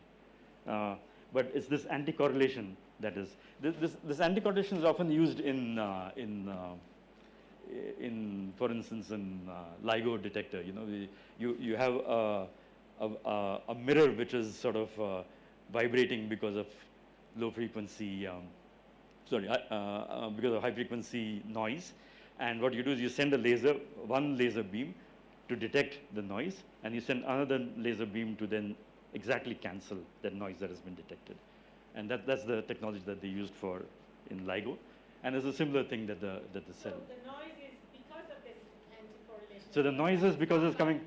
And just increasing the number in the master No, no, no, no, no. There is a precise, if I have the curve, there's actually a precise, yeah, we can show that there's a precise anti-correlation. So this covariance between these two nodes actually is negative, and it cancels out the two. Okay, so now let's see whether there's any reality to this, is there any, whether this can be observed experimentally. Okay, and so all the theory work was done by Krishnan, a very extremely talented student who's now going to be doing a postdoc at IST in Austria, and Chaitra Prabhakar, student of Jeetu's, who's now at Harvard. So what Chaitra had been looking at is wingless signaling in Drosophila. So wingless is a morphogen which produces this exponential gradient in the extracellular space, and different cells in the tissue then read the information contained in this wingless signal to estimate its position. The receptors that are involved, there are, again, for this particular process, there are two receptors involved, just like what we had earlier. One receptor is called frizzled, this is the signaling receptor. The other receptor is called DALI, which is the non-signaling receptor. These two receptors get internalized via two different pathways. Okay? This is through one pathway called the clathrin-mediated pathway. This DALI gets internalized through the fluid phase endocytic pathway. And once they get internalized, so they're generating more tears now, they come together in a common sorting endosome, whereupon it signals to the nucleus. Okay? So you can see that this architecture that is being studied by Chaitra is very similar to this two-tier, two-branch architecture. Okay? And so we can take the results of the two-tier architecture to make predictions, and Chaitra can then check whether those predictions hold in this system. Okay, so so now Chaitra, by using fantastic light sheet microscopy techniques from Tim Saunders' group, established the concentration profiles of these receptors in the ligand-bound state, in the free state, at different levels across the tissue. Okay, and using that, so this is how the ligand concentration as a function of x looks like. You can see the sharp exponential decay with noise, and then she can in fact calculate the inference error. Okay, she can calculate the inference error. She can also measure the inference errors that are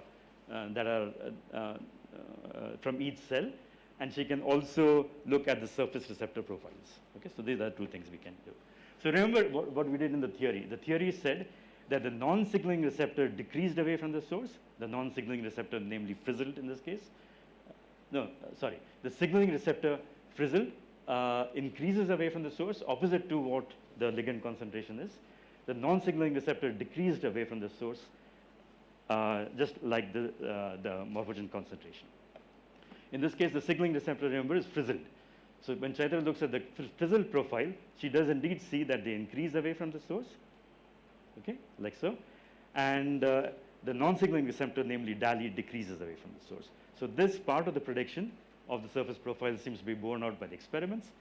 Now, what Chaitra measures is the variance of the output as a proxy for the inference error, and that's what we call CV. And she can measure that as a function of x. So this is the experiment, this is the theory. The optimized two-branch, two-tier network gives you this one cell width error. Okay, so this is the low variance or low inference error that is obtained by the optimized two-tier, two-branch architecture. This low variance is also seen in the wild-type tissue. Okay. Now, what we can do in theory is to knock out this branch. Okay, we'll say that there's only one branch that comes in here. Okay, and the theory can then make a prediction that you'll do worse. The inference error is going to be really bad. The coefficient of variation, namely the variance of the output, is also concomitantly going to be very bad. Okay. Now, Chaitra can do the same thing in the experiments by knocking out by using a dominant negative of a key protein involved in this pathway. By knocking that out, she removes this particular branch and only has this one.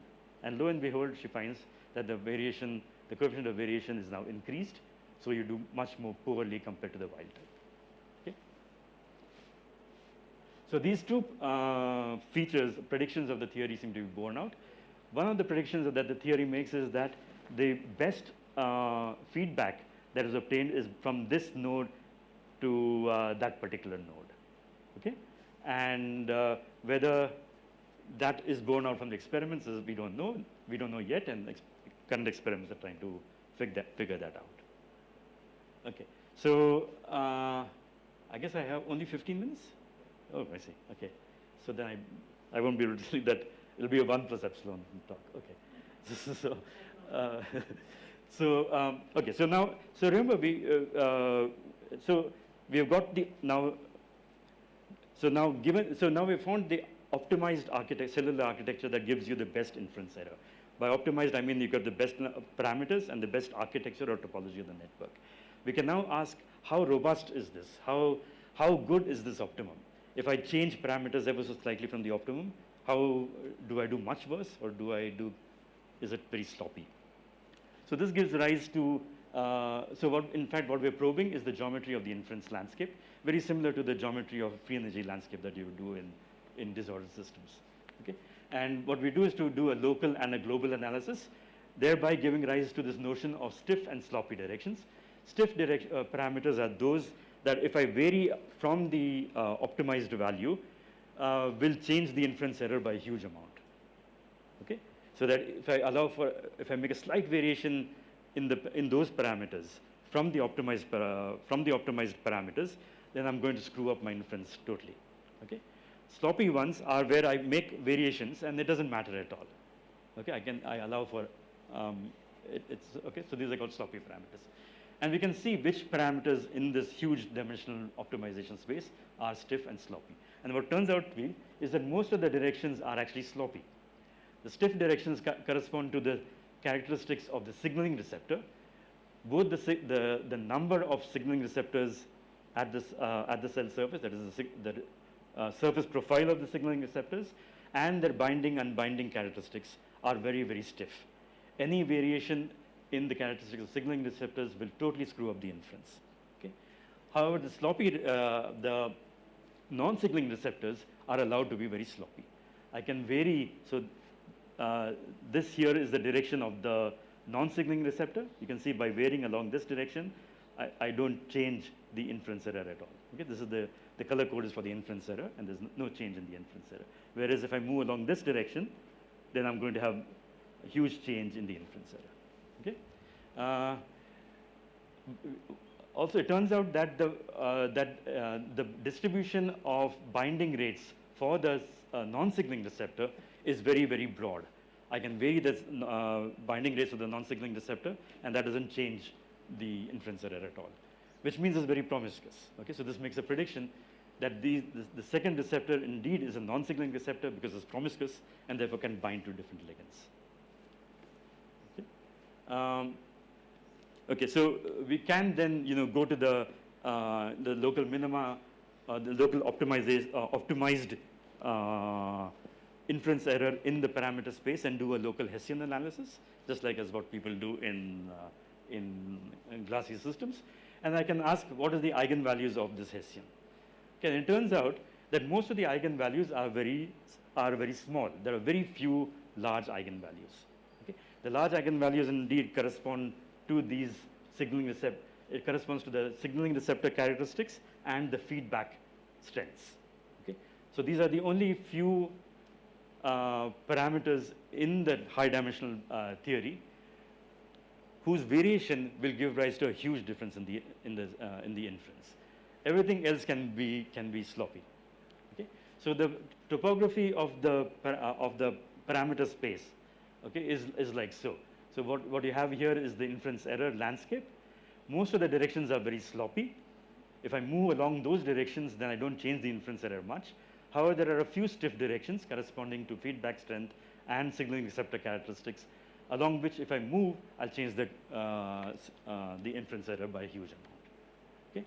So this seems to be a characteristic of this high dimensional optimization, that this and in fact other networks the second part of the talk, which was going to be on the synthesis of information, also has the same message, namely I mean, I won't go through that, but it has the same message that despite the fact that it is high dimensional optimization, you have very few stiff parameters. Okay? Maybe I have some time, so I'll just 5 minutes on that. I'll just skip this. So the second part of the talk was on synthesizing information, and that is the following. There's an organelle within the cell called the endoplasmic reticulum where proteins are synthesized, proteins and lipids are synthesized, and these proteins, once synthesized, traffic through a system of organelles called the Golgi. Okay? This system of organelles is built up of n number of compartments as depicted here, and as they traffic, they undergo chemical modification. Okay? At the end of the day, they are processed within this sort of what is it called? Industrial. What is it? Huh? Yeah, conveyor belt, and then displayed at the cell surface. So this is the information that every cell displays on its cell surface. Okay? The information that is displayed here, the molecular information that is displayed here, namely the array of processed proteins, these are called glycans. The array of glycans is sort of indicative of the cell type. Okay? Neuronal cells produce one kind of distribution, skin cells produce another kind of distribution, and so on. So in the human body, you have some 250 different kinds of cell types. Each cell type has a different kind of display. Okay? So there's a huge complex information that is displayed at each cell surface, which is reflective of its type and the environment that is located in. Okay? And the question now is, if I want to have that complex information that is displayed on the cell surface, what is the constraints that is put on this machinery? Okay? Remember, again, it's a machinery built up of enzymes, chemical reactions that are happening in the different compartments, and these enzymes could be specific or promiscuous. Okay? So same kind of story as earlier. Okay? And here again, you can see that this chemical network is quite a complex chemical network. Is a complex chemical network involving many reactions, some of which process the incoming proteins, and some of which transfer the proteins, processed proteins from one compartment to another. So it's a huge chemical reaction network which involves chemical processing and transport. At the end of the day, you get a display. And what we want to ask is, what are the constraints that are placed on this machinery, on the topology of the network, on the rates, chemical reaction rates, etc., so as to get a very complex signal on the outside. Okay? So similar kind of thing. And again, I won't go through all this, but the bottom line is, again, you have the same kind of architecture here. This is the now called the fidelity landscape, how accurately I can mimic a complex distribution. And in order to, and the same story holds here, that most of the parameters of the chemical reaction network are sloppy. If I change, if I make perturbations of the parameters along that, I don't change the fidelity landscape too much. I don't change the fidelity value too much. However, there are a few directions, namely to do with transport rates from one cisterna to the other, the partitioning of the enzymes, etc., that if I change along those directions, I change the fidelity landscape a lot. Okay? So, so again, both these problems are high dimensional optimization problems. Despite being high dimensional optimization problems, they give rise to the same kind of phenomenology, namely very few stiff directions, most of the directions are sloppy. Okay? So is there some general understanding towards this? And when I was giving this talk last time, Chandan mentioned boson peak, so I tried to follow that, and I feel that there is a connection between this and marginal jammed solids. Okay. This is again the epsilon part of the talk, the speculative part. But here is what one is doing. Okay, we here. So first, that this is a stochastic inference problem. By that I mean that the objective function, namely trying to minimize the inference error or trying to enhance the fidelity, they are all Brownian functionals. They're all integrals over space of some stochastic variable. Okay? In the first case, in the case of positional inference, it is the inference x star, the inference of the cellular position, which was stochastic because the input is stochastic and there's internal noise. Okay? So I'm trying to optimize some objective functional, which is a Brownian functional. But now I'm exploring in the space of parameters, okay, the chemical reaction rates and so on. So what I'm trying to do now is to take this, this objective function, which in this case is the difference between the true position and the inferred position, okay, this form.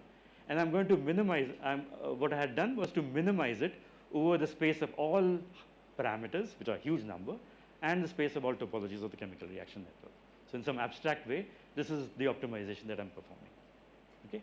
And what we have done in this calculation is do a sort of gradient descent, okay, with this particular kind of f.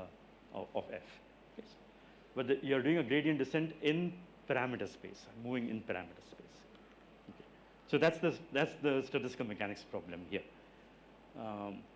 Now, how do we understand dimensional reduction, and namely the fact that you have, despite the fact that you have high dimensional optimization, you have a small number of stiff directions and a large number of sloppy directions, and this is the direction I'm thinking about, and this has to do with a very nice paper that I read recently, following Chandan's remark on boson peak, by Weird, Nagel, and Witten, where they try to understand the origin of this boson peak, namely the high weight in the density of states at very low frequencies in marginally jammed solids.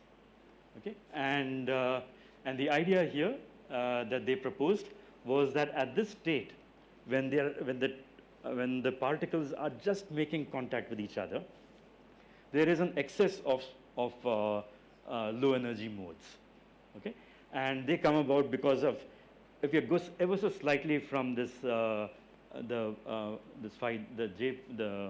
this critical point, you suddenly release many, a system spanning number of non-contacts. Okay, and it's that gives rise to the slow modes that you see, and so this sort of gave us the idea of the following algorithm that we want to start using now. We start off with a chemical network, a biological chemical network. In the first case, it was the chemical reaction network, which comprised the cellular machinery to infer the position. In the second case, it was the chemical reaction network, which tells you about how to build glycans, so many parameters. So they have lots of rates, lots of topologies, and I start off with this kind of chemical reaction network. I follow the optimization of the inference problem that I described earlier. I go to the optimized parameter values, which optimizes that objective function, and I examine the spectrum of the Hessian at that optimized value. What I discovered, what I showed you, was that you have a large number of sloppy directions, and which means a large number of soft modes akin to the boson peak. Okay? Now, the inspiration from the marginal jammed solids is the following: that this, you're doing this now not in real space, but you're doing this in parameter space, the space of all chemical reaction networks. Okay? And the question now is, what does this correspond to? What is the non-contacts? The sudden emergence of non-contacts. What does that correspond to in the chemical reaction network language? And what we are thinking about is that this corresponds to modularity of the chemical reaction network and local stability to perturbations. Which means that if I make a local change, a perturbation in a particular eigendirection, then it only extends to a few eigendirections and not more. It doesn't globally perturb the system. Okay, and this has been shown primarily through the work of Atsushi Mizuchuki in a series of papers, that this is a desired and natural outcome of biological chemical reaction networks.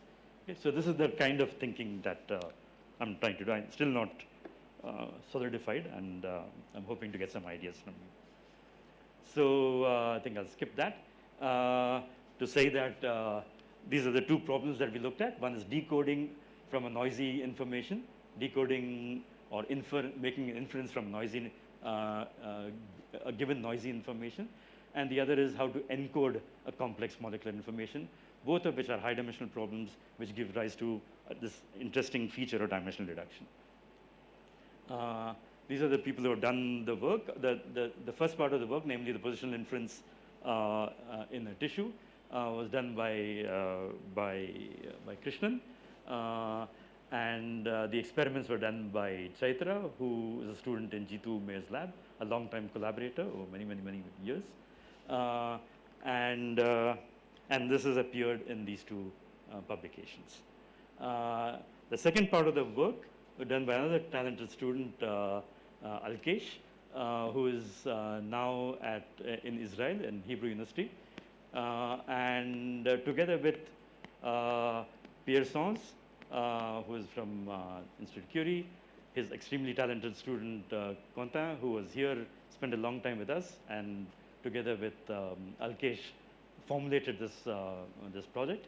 And again, my long-term collaborator, Garuda Iyengar, who is a well-known information theorist from Columbia University. Okay, and with that, I thank you.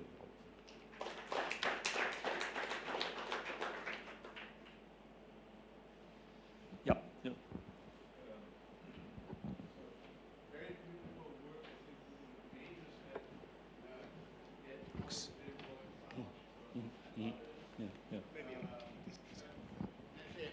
Okay, yeah, sorry. I want to kind of relate it to simpler things. Yeah. I'm not an expert in development, so for me it still feels like this is just a more detailed description of a stochastic resonance. Right. So I promised that I would say something on that, and I think stochastic resonance. Okay, maybe you should elaborate on what you mean by that, but but the It's a two signaling pathways, which have to match. Yeah, exactly. This is exactly like your fluctuating thing, Yes. which yes. has to match Yes. the appearance of receptors. So basically, here you don't have fluctuation and receptor event. Yeah, You have yeah. two receptor events which Right, have to right. coincide, Right. and Yeah. that So- causes resonance. Right. So I thought stochastic resonance has to do with the fact that you're driving, how noise can allow you to cross barriers when it's driven with a certain frequency, But which is but you're driving this by the signaling. but it's not a time-dependent thing. So in Okay, stochastic, okay. so that's the only difference. But I guess in a larger sense, it is stochastic resonance because you're using two different kinds of sensors No, but to I missed, to sorry. cancel the noise. Yeah. I'm Yeah. spontaneously. Yeah. So Yeah. I get your point. Yeah. Yeah. So you're right. Yeah. The second thing is simple classical Turing-like morphogenesis. Yeah. We're talking at the end about chemical networks. So how do you relate instabilities, nonlinear pattern formation to what you're doing?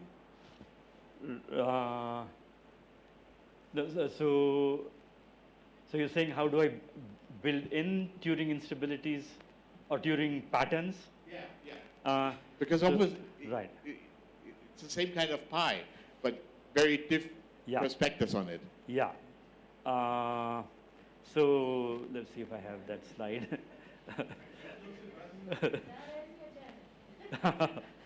Oh, that one. Oh God, how did it come there?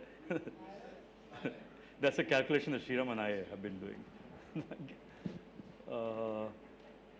Okay. How do I slideshow? Okay. Yeah. Okay. So in some recent, we've been trying to think about, for instance, phase transitions in this. So for instance, if all this has to do with the fact that you have some complex chemical network within each cell, and you have many, many, many cells, each of which is provided with this complex chemical reaction network. And it is while the control is happening at the scale of the cell, the task is a global task. Okay, namely in this particular case, there's a global inference error that has to be minimized and so on and so forth. Oftentimes, cells have to make decisions on whether it needs to undergo cell death or proliferation. So, for instance, if you take a tissue, this is beautiful work by Jody Rosenblatt. I'm sure Jacques knows about it, where you have cells that are on an elastic substrate, and what she can do is to either compress the sheet or expand it. And what it does is it turns on an apoptotic or proliferation machinery. So one could try to address that question from this framework, and so that's one step towards it's a decision making. It's a pattern of decision making that needs to be established, right? And it's just the notion of homeostasis, yeah. But except that I mean, you're right that one can write global equations and do what you people have been doing. But I want to insist on the fact that cells are making this decision locally. There's there's a coming together of actin rings around it and so on and so forth. And so I'm not, I mean, this is what I philosophically believe, that Conceptually a big advance, because this is how you connect to the microbiology world. Exactly. So let's take one more question from Sriram and then go to T and discuss. Okay. One of the slides you skipped past at the end had to do with speed and accuracy. Yeah. So can you say something about that? Because your description so far didn't talk about time at all. Time, yeah. So, okay. So, in relation to things like thermodynamic uncertainty, I mean, that whole story. Exactly. So this is indeed what we are doing now. So, in what we have done is in something called open loop control. That is, we have put the surface receptors outside the purview of the optimization. So we give it a surface receptor profile, and then we optimize the rest. We give another surface receptor profile and optimize the rest. So this is called open loop control, and we see which surface receptor profile does the best. Okay. Our current this thing is to try to include the surface receptor profile within the dynamics of optimization. And so what this will achieve is the following. Remember, it's the surface receptors that do both. They both do the inference, the task of the inference, but they also sculpt the ligand concentration. Okay, because they provide degradation of the signal, right? So by doing it under closed loop control, that is allowing the surface receptors to be dynamical, what we're going to be doing is to both do morphogen sculpting and adaptive control, okay, which will tell you, right? So it will regulate both the gradient of the morphogen and what is the appropriate receptor profile that I need to have. Okay. Now, in which case, what I need to do is the following. After all, in what we have, the calculation that I've done, I've used the steady state distribution for calculating the inference error. But of course, the cell has a finite amount of time to make this decision. So there is time that goes in. What is the optimal? Is there an optimal sensing time, or is there some constraints on the sensing time because some other process can come, has to follow? Are questions that we need to understand. And so there's going to clearly be now, if I have the sensing time too small, then I'll make a lousy inference. So this is the statement that people make about how much resources do you need. I'm looking at time as a resource. How much resources do you need in order for me to make an accurate inference? Okay, and a lot of people, including Lenka, Zabrowska, they've been looking at phase transitions in this, and very beautiful work using spin glass theory, and this is the school of Parisi, Mazard, and all these people, trying to see, look at phase transitions in the task of computation. And so if you do it for too small a time, you save on time if that is a resource, but you do lousy error, right? And so there's a trade-off between these two, error time trade-off. there could be other trade-offs that are important. There could be energy trade-offs. And so this brings us to a sort of, no, I don't have it here. But it brings us to a kind of Berg-Purcell kind of calculation, you know. The classic Berg-Purcell calculation was that you have a bacteria, you have receptors on a bacteria, it does some chemosensing.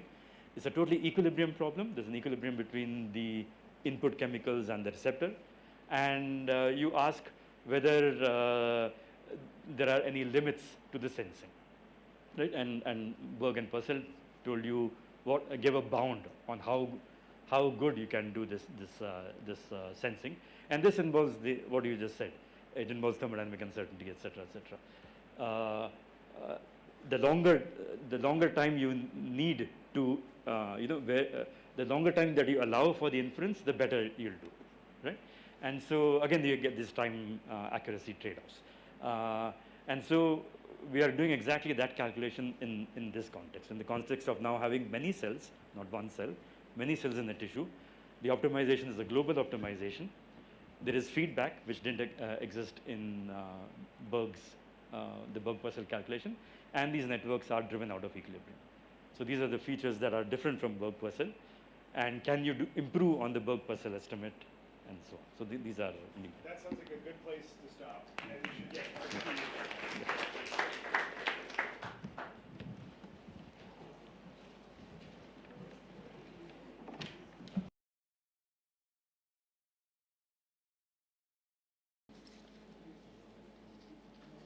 All right. Bingo. Thank you.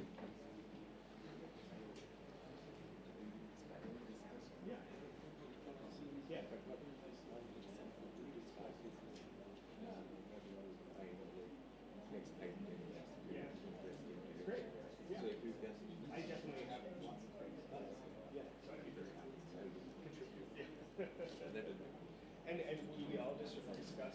Yeah, we are not like formal. Yeah, panel. Yeah. Just some. Okay, super. And someone's going to tell people. There's going to be a chairman. Yeah, I mean just to manage time. Good. Yeah, that's necessary. All right, let's get started so we can have lunch. Thank you. That was a nice way. Okay, I'm in. Trying to get people to sit down. I got it. I'm in between you and lunch. I got it. Okay, without further ado, Thanks, Aaron. Joseph. Okay. So I'm truly grateful and honored to give a talk at Raman.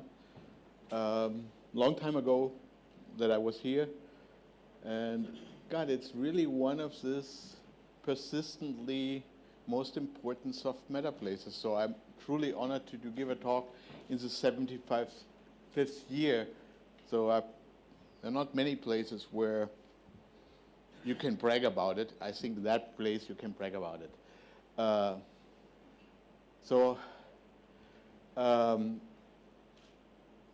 give a few warnings first. So my talk will be less physics, more medicine, because actually the physics of unjamming, cell unjamming is highly interesting, and there's still so many open questions, so I could give 3 more talks. The reason why I decided to do that is really, as I said, does oncology need soft matter physics? So currently oncology is molecular based, and so am I just angling for funding? With the C word, you always get more money. So, or is it actually really useful? And that actually goes back, even before I was visiting here the first time. In my early career, Pierre Childegen helped me a great deal. God, I was not his students, we never worked together, but he seemed to like my work, and so he was helping. But also, at that time I did 2 polymer physics, and he was asking me, what are you planning to do? And I said, I want to work with cells. And now we heard already, okay, today you have to work with cells. At that time, actually, cells were as complex and a hell of a challenge as possible. But still, so actually, Pierre Schill said something very smart to me. So if you're doing that, the measure, if this is important or not, will be if that can end up in the clinic. And I naturally felt challenged. I was like, okay, no, I would just want to do cool physics. But somewhere, if you do cool physics with human cells, then actually it's something in your body. And out of that, a lot of people have heard me before talking. Out of that came something, an early success story, which was in the end a big failure. I invented this optical stretcher, and we showed that actually we can measure the stiffness distribution of cells, and if cancer cells are getting softer, they're getting metastatic. So we had a marker for metastasis, which is needed. I will come back to that. So, hooray. So that's about 20 years ago. No clinic is using that fucking optical stretcher in any sense. So sorry for, pardon my French, but so clearly this is a great toy. Nothing of what I said is false. Actually, there have been so many other groups confirming that, but it didn't enter the clinic. And it didn't enter the clinic for one simple reason: it requires live tissue. And the workflow doesn't allow to work with live tissue. And so it's a little bit black and white because Jochen Guck, my former student, still has a company who comes up with a device. I sold 2 companies, so I'm out of it. And also Maria Blocinek. So some people are still trying, so I shouldn't condemn that totally. But I will offer you today an alternate way to do that, where you can actually work with dead cells, or simply said, histological slides. And so we are now in 5 years, we are much further than 20 years with other stuff. We've conducted our first clinical trials. And so I want to introduce you in these first clinical trials. I don't have a company. I want to do this public domain. So actually it just requires a software, and we want to provide this public domain. So I know that I'm in front of a physics crowd, but since it's most high-tech things at first are done in the Western world in the healthcare system, then they trickle down to India, and ultimately they reach Africa and other states. I want to do this without money, and I want to do this all over the world at the same time. So whoever from you has any oncologist as friend, tell him about what you heard. And I'm looking for people who want to do clinical trials in India. And not because clinical trials are cheaper in India and I want to commercialize that. I want to do this because I want to get this in the world everywhere at the same time, without any commercial interest. Okay, so if you know anybody, please, I will leave unfortunately soon, but hook me up, I'm coming back. India has a marvelous health system, so it actually is a perfect place, and you win by numbers. In Leipzig, I have 200 cases a year. So in that sense, yeah, I'm eager to do this in India. Okay, so far, these are all my statements. Now, okay, so what's really about it, what I really want to talk about it is tissue and cell mechanics and how do they relate to metastasis. It's obvious if a cell wants to through your body, it needs active and passive mechanics to do that. And as I said, my very early thing already was right. But cancer is also a scarily complex thing. So I want to first give you a look into a real piece of tumor. So these are 7 hours. What you see here is in green actin, in red nuclei, and the black surrounding is extracellular matrix, it's collagen. And I'm looking only, so cancer is slow, but that doesn't mean that the system is not highly dynamical. And you will see several things. So here you see a cluster which will separate into two groups. The upper part will stay jammed. The lower part will wet this area here, and it will wet this area here, so it's flowing in this direction by an unjamming transition. Here you see some fibroblasts which motility phase segregate. So you see, I've used now for all these processes the language of soft matter physics. And there's much more. So the nice thing is, we are now able to really see this in tumors. So it's not a guessing game or a cell line game. We can actually verify this in real human tumors. And naturally, that makes it a little bit complicated, so we use also simpler model systems. But let me see. So here you see the cells are jammed, and here they're nicely wetting the ECM. And here you see how these other cells are phase segregating. So clearly, so this collective phenomena, this emergent collective phenomena, are very well suited to be described with soft matter physics. So we really can contribute. They're well suited, but or they're basically bringing something to the table which we don't have, or is it just an alternate explanation? Okay, still, if it's an alternate explanation, it's cool, but it's not necessary. Okay, so far so good. So I want to talk a little bit about mechanics of cancer very quickly and very subjectively out of my perspective, so otherwise I would talk too long. Then I want to talk about unjamming, because unjamming is my new diagnostic. And then I want to go a little bit on the outlook. If unjamming is the only new diagnostic which is based on soft matter physics, then it would be a pretty bold statement that soft matter physics. So I will show you new projects which we are pursuing, which are probably even more powerful than unjamming in making predictions. And they're in the same philosophy of that project. So far so good. So the role of mechanics, we published a lot, reviews, blah, blah, blah. You can read all that stuff. And I'm just saying, okay, that stuff is established. So over the last 20 years, cell mechanics has become a central part of physics of cancer, or physical oncology, however you want to call that. So it's a big success story in science. But translational, it's a total failure.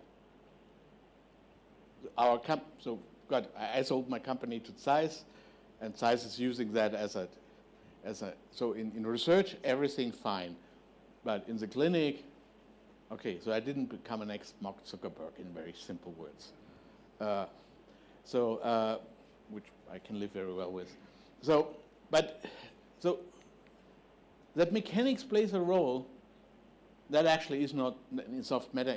The old Egyptians, so in the Ebers Papyrus, they actually tell you how to diagnose breast cancer as a lump. So if you feel a lump in your breast, that might be a tumor. So you see how long, so this mechanical aspect is very obvious for cancer. It's a displacing process. So now naturally, that thing for a long time, actually, there was always somebody in the crowd standing up. Okay, this is a rigid tumor. It's very stiff. Now you invented this tool which says that the cancer cells are getting softer. How does this go together? So very squishy cells forming a very rigid mass. That's an obvious contradiction, which I will solve today. So I will answer that question. And unjamming is the answer, and the way how actually it formed. So I will tell you that fluids can have a finite shear modulus. So that actually I have a fluid state, and all of that actually, one more thing. All theories which are existing currently in unjamming of cells fail miserably. So there are so many excellent theoreticians here. If you want to get famous, help me. Okay, you all already. It was a stupid way to. It was very arrogant. I take this back. Okay, so rigid mass, on the other hand, we invented the stretcher, we stretch single cells, and we know as it's getting more aggressive, the cells are getting softer. This naive picture was pretty powerful, and that prevailed for a long time, but it didn't enter the clinic. Still, also, we did magnetic resonance elastography on many different tumors, and roughly speaking, most tumors do two things. So we measured the stiffness simply by the speed of sound, and most tumors are getting stiffer. So like Papyrus Ebers, so rigid mass. On the other hand, if you measure the phase angle, they're getting more fluid.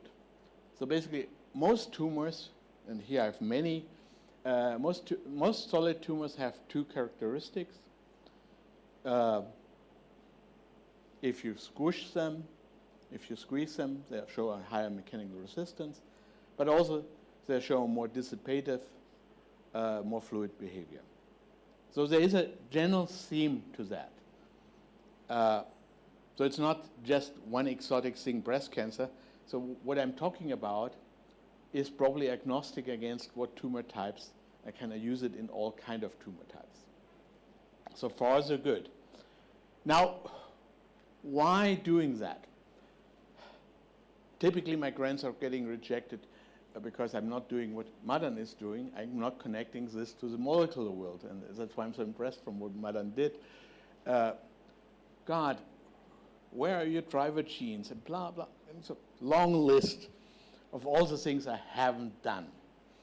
Despite that, I wrote at the beginning of my proposal that actually this is physics, and it's complementary. But, and this time I'm trying to prove that actually it is necessary. So what we did is state of the art, the most state of the art, one of the biggest growth industry in health industry is the development of genetic signatures. Oncotype, EndoPredict, so if you got stocks in that stuff, it's the right moment, you would be rich now. And God, there's a simple argument behind that. Cancer is a molecular disease. It's genetic mutations. So, God, is it all in the genes? And you can argue yes and no. And you will never win this fight. So what we did is, we did molecular biology. So we used 20,000 breast cancer patients and collected all existing gene signatures, did by machine learning another 5,000, and then we also used random signatures. And in all these cases, the outcome was, you don't get better than 80%. 80% in concordance. 80% in concordance is the way how you measure predictability in cancer. So it unifies specificity and selectivity. So a concordance index of 1 means full predictability. Now comes the caveat. A concordance index of 0.5 means full randomness. So no prediction at all.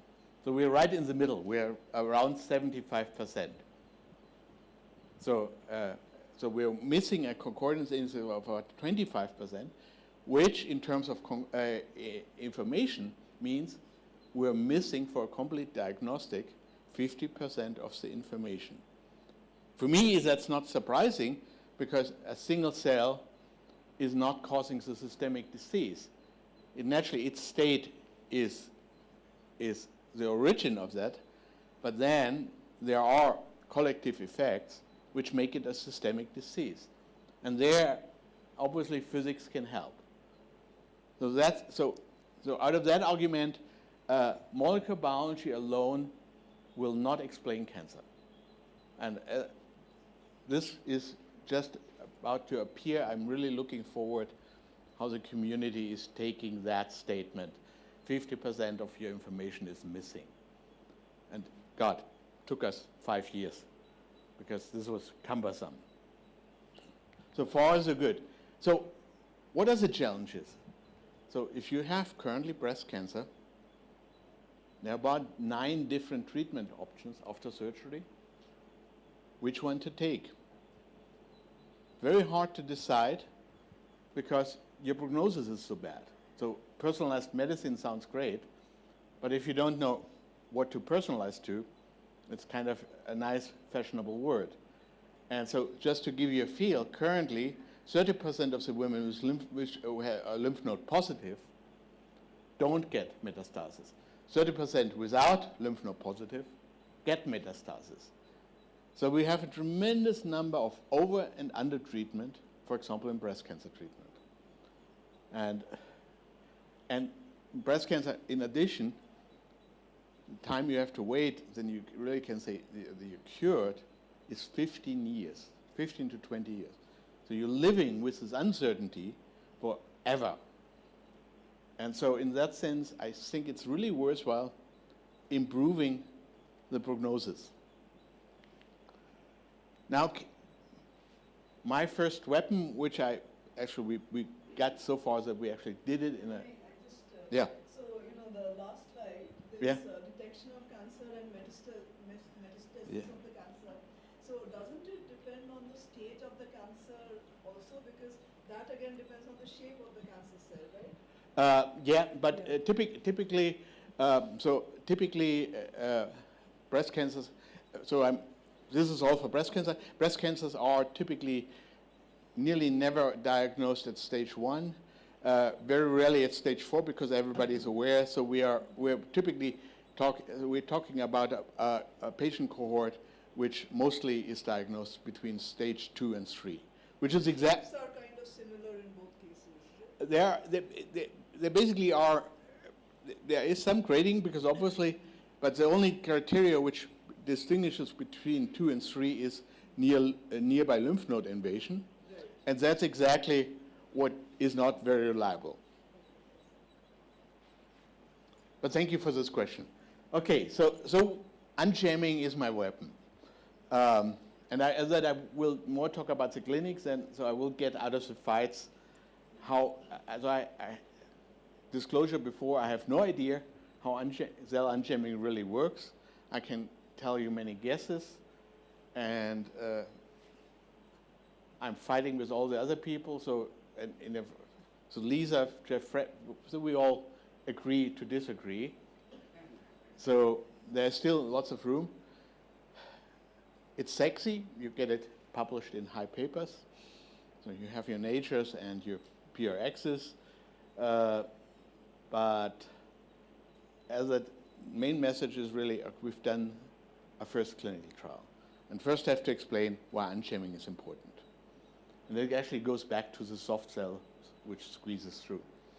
So here, this is a typical histological slide, so fixed and dead, not mechanically accessible, of a breast cancer. So the pinkish stuff is extracellular matrix. The violet stuff is cells. If you zoom now in, the cell clusters are close to volume fraction 1. Took us a year to convince all reviewers that it's close to volume. So I'm precise now. The only space which can be between the cells is 5%. So this is above closest sphere packing and way above jamming threshold. So these things can unjam at practically volume fraction 1, which brings me exactly to the shape ideas, because without shape you can't do it. That's really an achievement from Lisa. So simply, okay, static healthy tissue, no problem. Cell proliferation, you still can squeeze stuff out of the way, but leaving the tumor, if you have no space to leave, the only way is how you can squeeze by each other. And so unjamming might be a very early essential event in the metastatic cascade. So and let's see, that's the hypothesis I'm running now with. This is my simple explanation where I avoid to get into details. So this is hexagonal packing, and now you make a few long cells, and you see how the full thing fluidizes. I know shaking styrofoam. And already here, so Lisa does this with T1 transitions. I could also see other mechanisms where you just squeeze by each other. So I will show you, so basically it clearly is not all cells are getting all of a sudden elongated. I'm also not sure if it's a jamming transition, a glass transition. I'm not sure if this is to a fluid phase or to actually an active pneumatic phase. So there are many questions. But in simple words, elongation plays a role. So elongated cells make a motility transition. So when I talk about unjamming, I talk about a collective motility transition. No details. I would love to have the details, but.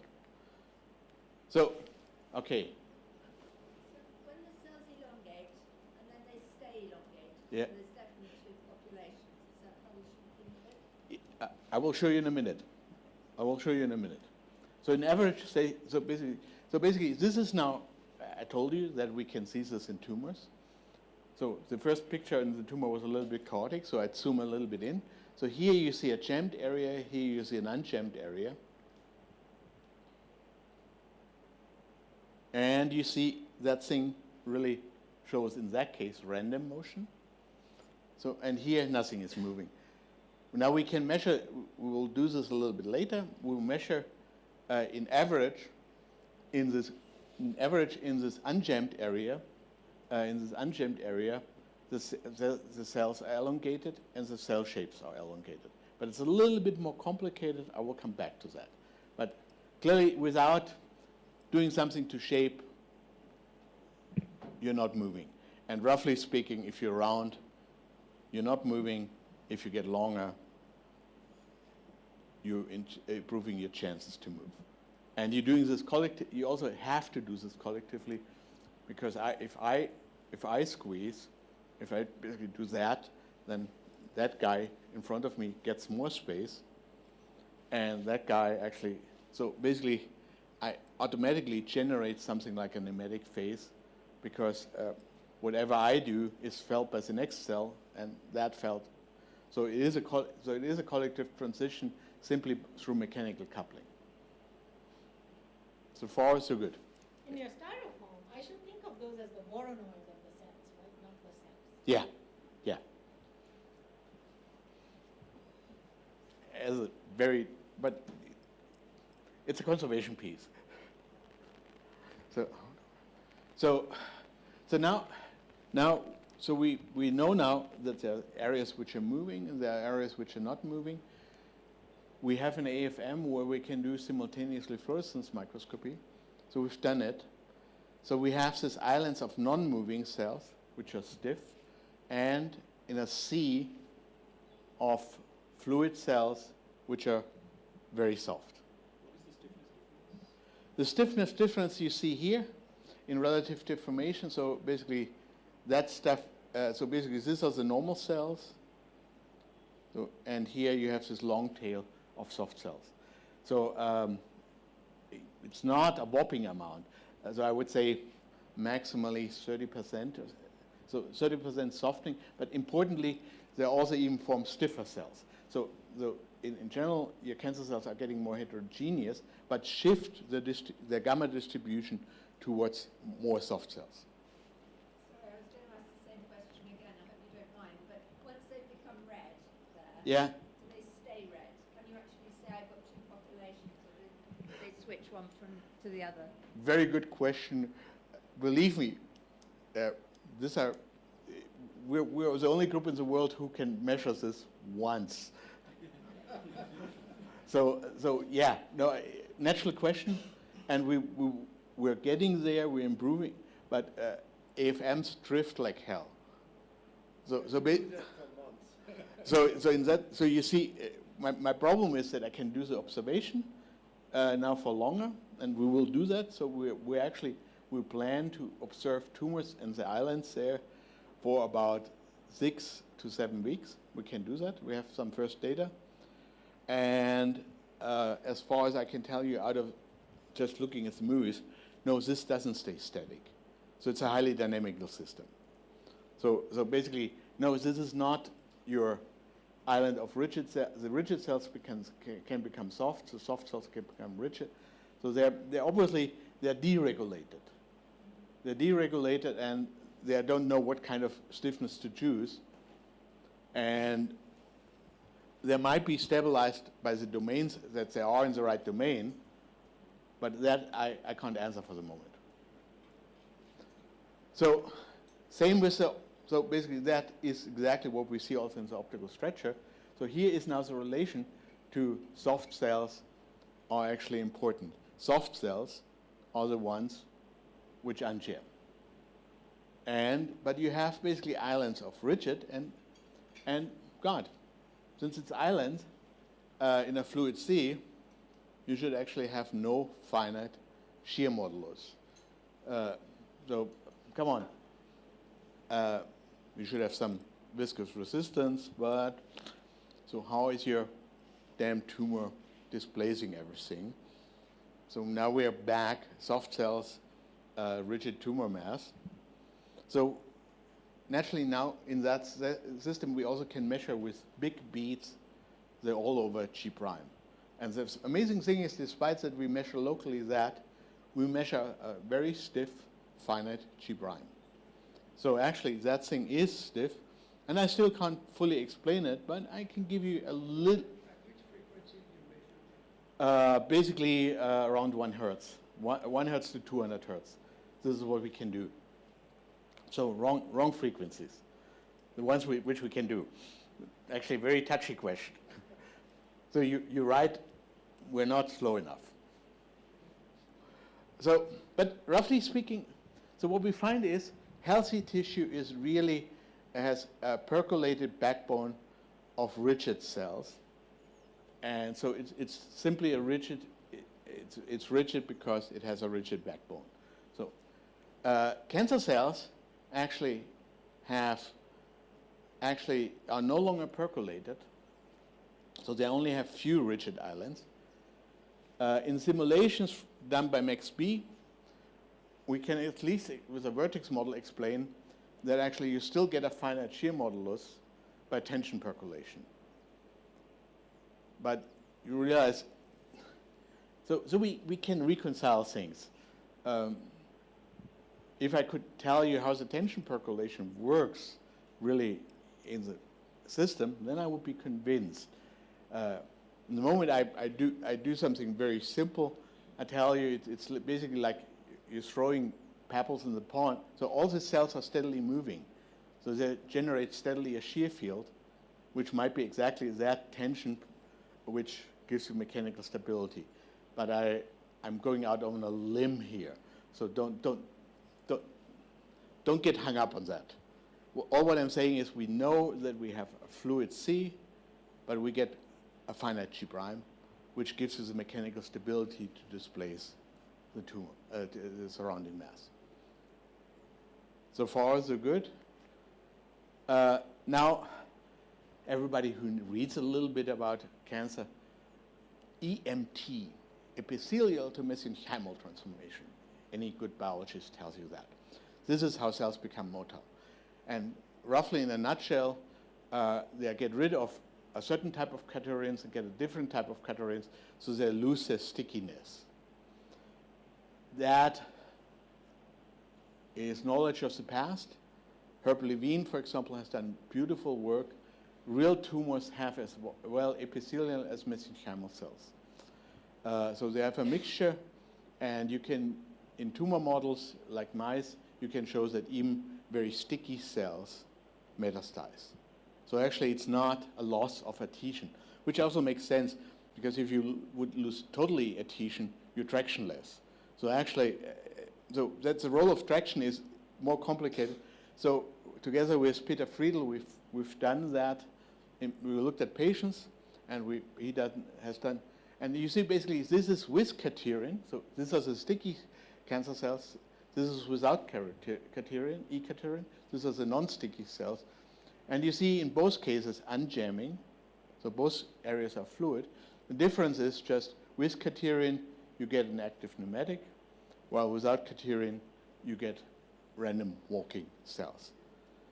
So quaternions play a big role in if I transform from a solid phase into an active pneumatic, or if actually, in that case, actually I know that it's not flocking because they're still moving. So there I can do that. I have the tracks.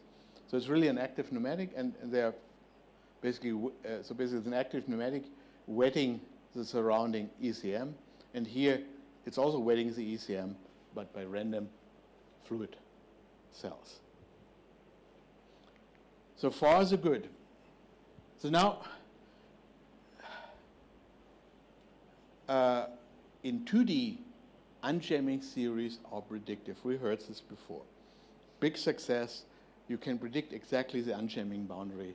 The frame is 0.8, 3.8. Correct me. But in 3D, none of the predictions work. And basically, two fractions of theoreticians are fighting. One half is telling you it's density controlled, and the other half, it's shape controlled. And yeah, somewhere in between. And so, what you can do as an experimental is just look a little bit closer. And so, since we can look into these tumors, we can really see what's happening. I can't exactly predict the phase boundary where the transition is happening, because that would be coincidental. So Fredberg has this luck that his cells are aging. My real tumors are not aging. So I just can be at one place in the phase diagram. And so we've done that. And so pretty much, and we found two parameters to describe that. One is elongation. So elongated cells become more fluid. That's this direction.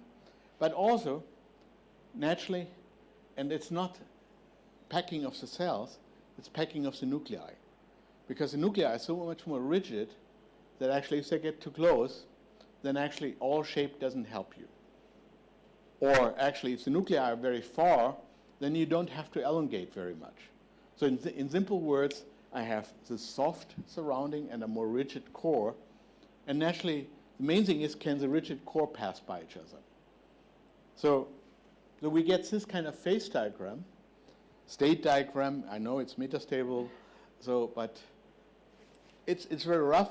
And naturally, what we are missing is where's the transition boundary.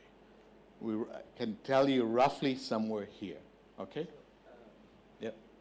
So here I missed what is the experiment actually? You track how much the nuclei move? So basically we do simple mean square displacement. And if anything moves more than caged, then it's unjammed. That's one way. Then we have this crazy criteria out of melting. So I would have to look it up. There's a criteria how much motion the particle have to be melted. We use this in addition. That came from some referee, so I forgot it. So thank you for helping me out. We're in the front row. That's where we're in the front row. Okay. Okay. So we're using both, and both are consistent with each other. Okay. Yeah. In your nuclei, are they perfectly circular? Are they elongated? Do they align with the overall elongation of the cells? So basically, all what I'm looking at in the moment, because it's easier to track, is nuclei. So we don't have cell shape in the moment. But the nuclei itself is elongated. Is elongated. When it's moving. So at the moment, I'm only talking about nuclei. So I care more about the nuclei than the cell shape. Without nuclei, nothing is. So this description is purely nuclei-based. So, but thank you for asking. And I will get cell shape late, because tracing the actin shape is so much harder than the nuclear shape. So for simplicity, the data would be more guessing otherwise. Now we're getting clinical. So hypothesis, if you have lots of unjammed cells, bad luck, metastasis will occur. If you have very few metastatic cells, if you have very few, then actually, if you have very few unjammed cells, mostly jammed cells, you still have a good prognosis. The problem there is, okay, I don't know where my transition boundary is, and God, how much of the fraction do I need? But we are in the day and age of machine learning, so we basically just make it match that it gives the best diagnostic result. I would love to do this more from first principle, but prove it, for a clinician, that doesn't matter. For a clinician, that actually is probably more reliable than tell him that I calculated where the unjamming transition is. So in that sense, for the clinic, that's good enough. For us as physicists, it's very unsatisfying. So we have 1,380 breast cancer patients. The secret is I know a crazy pathologist in Hamburg, which since 2002 is collecting digital histological slides, and he has 25,000 of them. To give you a feel, NIH has 3,000. So we are in a privileged situation. And to give you numbers, when do clinicians start to believe in your clinical trials? Typically 200 patients. So this is already a large clinical trial with 1,380. Meanwhile, we are up to 5,000 because we are naturally keep on working. And the results stay constant. So we will soon have another publication where we actually have another cohort where we confirm that. And so we divided the 1,380 in 680 patients to basically as a training set for our machine learning. And there we use patients with no chemotherapy to have minimal influence. Because naturally, so basically you will not have any untreated patients because that would be immoral, telling patients, okay, you don't get surgery because we want to do a clinical trial. So this is as good as it gets as a control. This is a standard control. And then a test where we use the rest of the collective patients. And so some patients, because of treatment, might not get distant metastasis. So the question is, are we still predicting the patients right, which are getting it? So it's not so bad. But as I said, we're not doing the statistical sampling as you would do in a good experiment because you can't have the whole patient cohort because you will not leave patients untreated. Distant metastasis means that you find a tumor in also another organ? Yeah, exactly. Sorry, thank you for asking. So local metastasis is lymph node and lymph system, and distant metastasis means, in case of breast cancer, typically liver and things like that. And that can occur even 20 years later because of dormant cells. So this is really the scary thing, that so basically 15 years later, your liver fails because you have a metastasis there. Okay.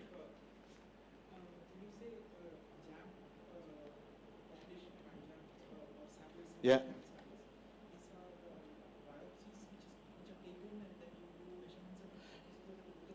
I will explain in a minute, but this is so I use standard histological slides like any clinician. They're fixed. So nothing is moving. I just use that phase diagram to match my static picture to this phase diagram, and from there I infer if this is jammed or unjammed. So we basically, again, machine learning, AI, all the sexy words. So we have a very simple program which at first detects cell islands and collagen, and then actually detects the cell nuclei and their shape, and then actually the cell shapes. In our clinical parameter, we've done something I hate as a physicist, but clinicians like that. So I basically used 3 things for the same variable, and I add them up. So I weigh them. So in simple words, I use for the elongation axis, I use the shape parameter from Lisa Manning and the variance of that thing, plus the nucleus elongation as aspect ratio, plus the variance. Variance because you motivated this very nicely because variance can vary with motility. So basically we use 3 parameters which should stay the same. We've used 4 parameters, which should stay the same. If you ask me what is the physics parameter we really should put there, it's nuclear aspect ratios. That is totally sufficient. But for machine learning, that helps, so we get better results. So I'm not totally stupid by using 4 variables describing the same thing. It just makes the prediction better. Okay. So far, so good. So that gives us now a complete phase diagram. And so here we have very large nuclei, so it's nuclei determined. Here we have elongated cells. Here it's shape dependent. So basically, so we can reconcile this stupid fight: is it density or is it nuclei, or is it shape? Depends where you are. If you're basically very close to the nuclear count, then it's density. But if your nuclei can buy each other, it's shape. So actually, that doesn't make it easier for a theoretician, because naturally you have to do both effects. They're interdependent on each other, so you have to work on both. That sounds scary. But we've done this now with this 1,400 patients, and we mapped all those things. So basically, we map simply. So basically, here number 3 is here. So 3 is jammed. Number 6 is here. That's unjammed. So we use a simple histological slide and say that piece of tumor we're looking at, according to our phase diagram, is either jammed or unjammed. And if you have large fractions of jammed or unjammed, by machine learning we make a boundary. We say if you have too much unjammed areas, you're at risk. Okay? So that's the idea. How do you show this? You show this by the Kaplan-Meier plots. Never heard of it before as a physicist. It's a survival function. It's a survival function plotted for basically your for your risk groups. So you plot the risk of dying as a function if you're jammed or unjammed. And if you plot this in this mathematical way, if this is a good descriptor, the lines shouldn't coincide. They should clearly separate. So basically, you should have a jammed high-risk group where many people are dying, and a jammed low-risk group where very few people are dying. So now let's see if this is true. This is in the test set, and this is in the training set, and it very well separates. So this is as good as it gets in the clinic. So we have actually a new diagnostic. So we really have something which now, naturally, we have a new diagnostic doesn't mean that it's better or that it's helping. It might be redundant. So be careful. So I'm still not in the clinic. I overcome a lot of problems. I've overcome that I don't want to deal with live samples.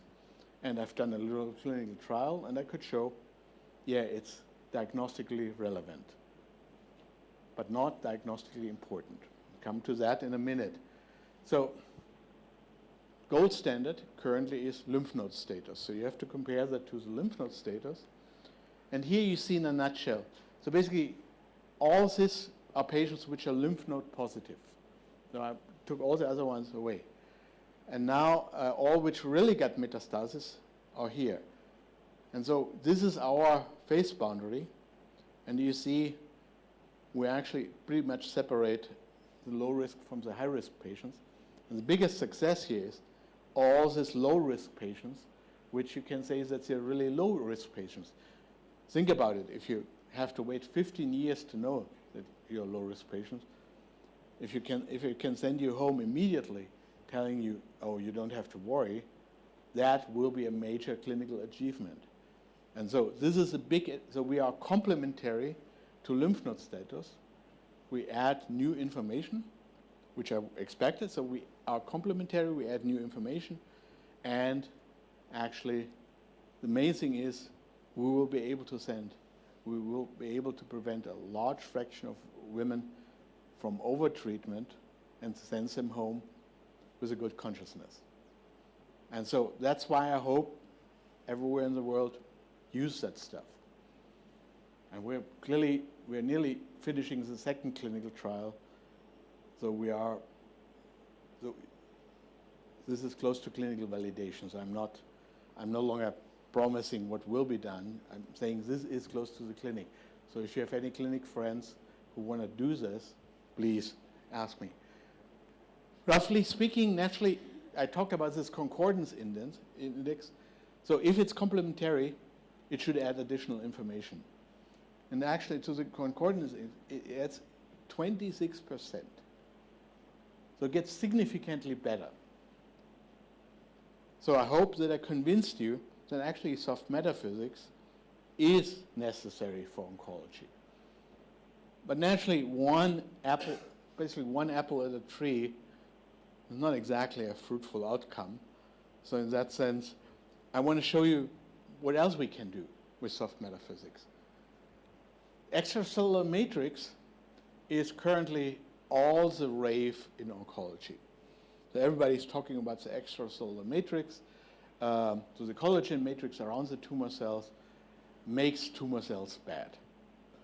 That's in a nutshell. So roughly speaking, the cancer cells and the fibroblasts which are associated form all that light blue stuff.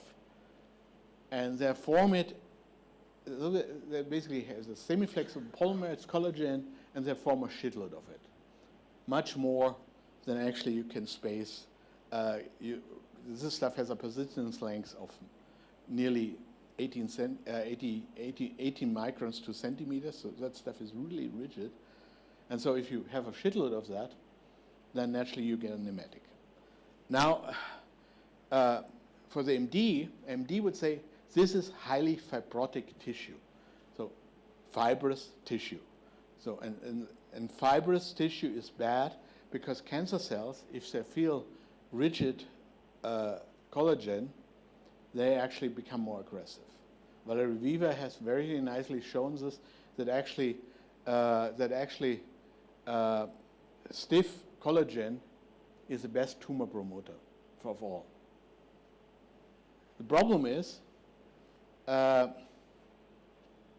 it's not entering diagnostics at all because you don't have any quantitative parameter. So all what a pathologist internally tells you, yeah, it looks like there's lots of collagens there. And that's not exactly rocket science. Yes. So in all of these cell clusters Yeah. that you see, does the interface encode the fluidity or the fraction of soft cells that you have? Good question, actually. Very similar discussion I had with Jacques. So we'll have to look at that.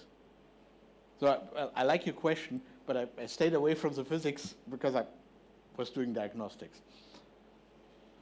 Okay, so. So this stiffness of collagen. Yeah.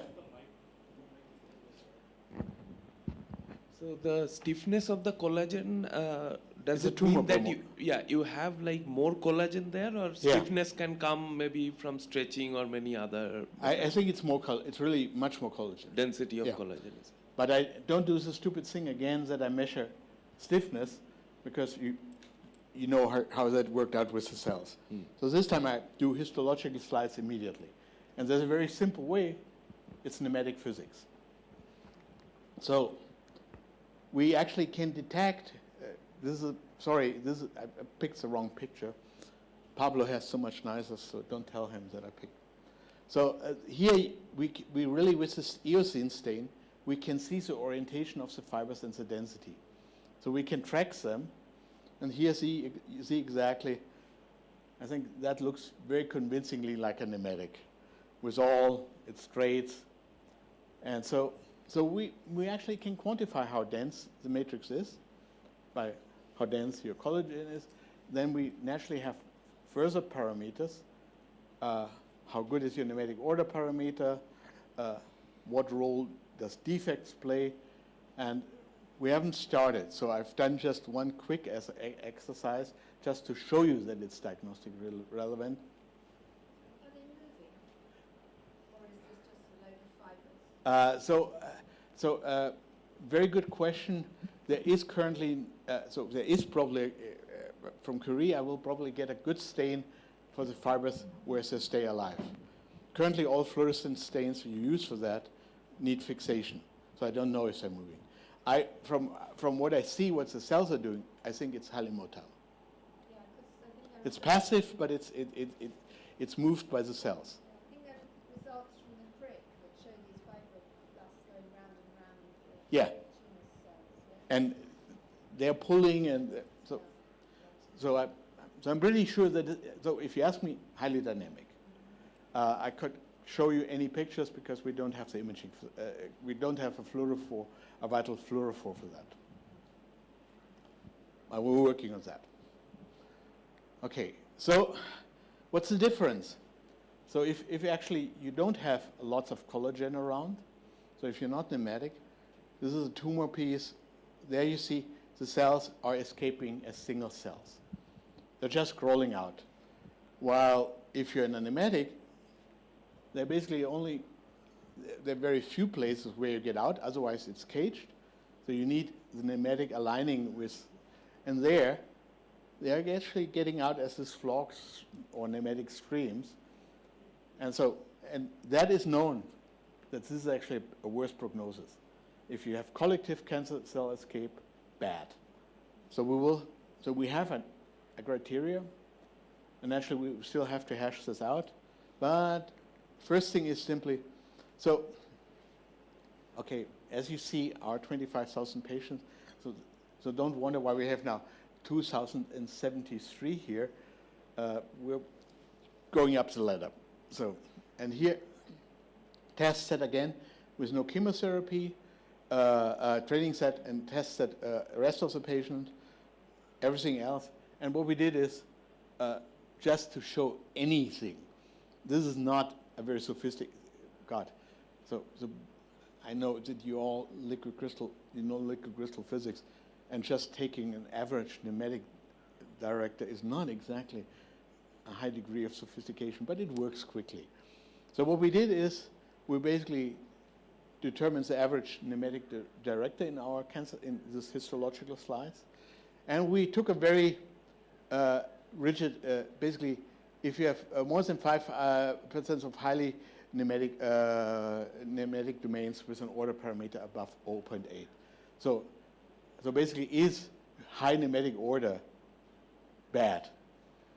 This is all a little bit arbitrary, so as a not exactly the end of the line, but you see already this is diagnostically, so pneumatic domains make it worse. That I can tell you. This is still not a diagnostic because I'm sure that we can do more, but it shows you, again, how soft metaphysics, the same kind of philosophy we had for the cells, we are now using for the collagen matrix. And we have naturally defects in addition. Strangely, this is a 3D defects, plus minus, but in projection, the plus minus 1/2 defects are exactly canceling out. Had long discussions with Jacques. It might be that actually they're not real defects, that the whole thing is just buckled.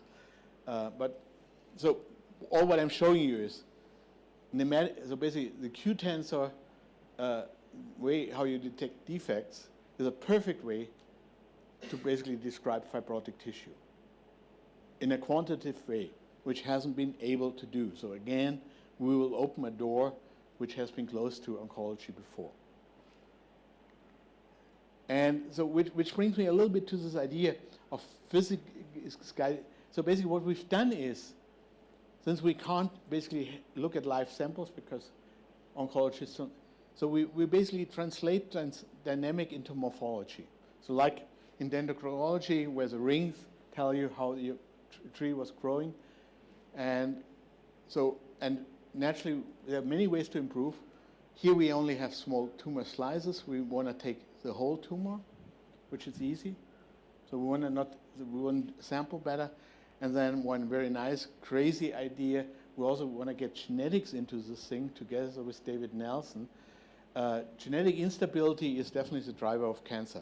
But just because you have a gene mutates and your cancer cell becomes more proliferative, more migratory, so it has a genetic advantage.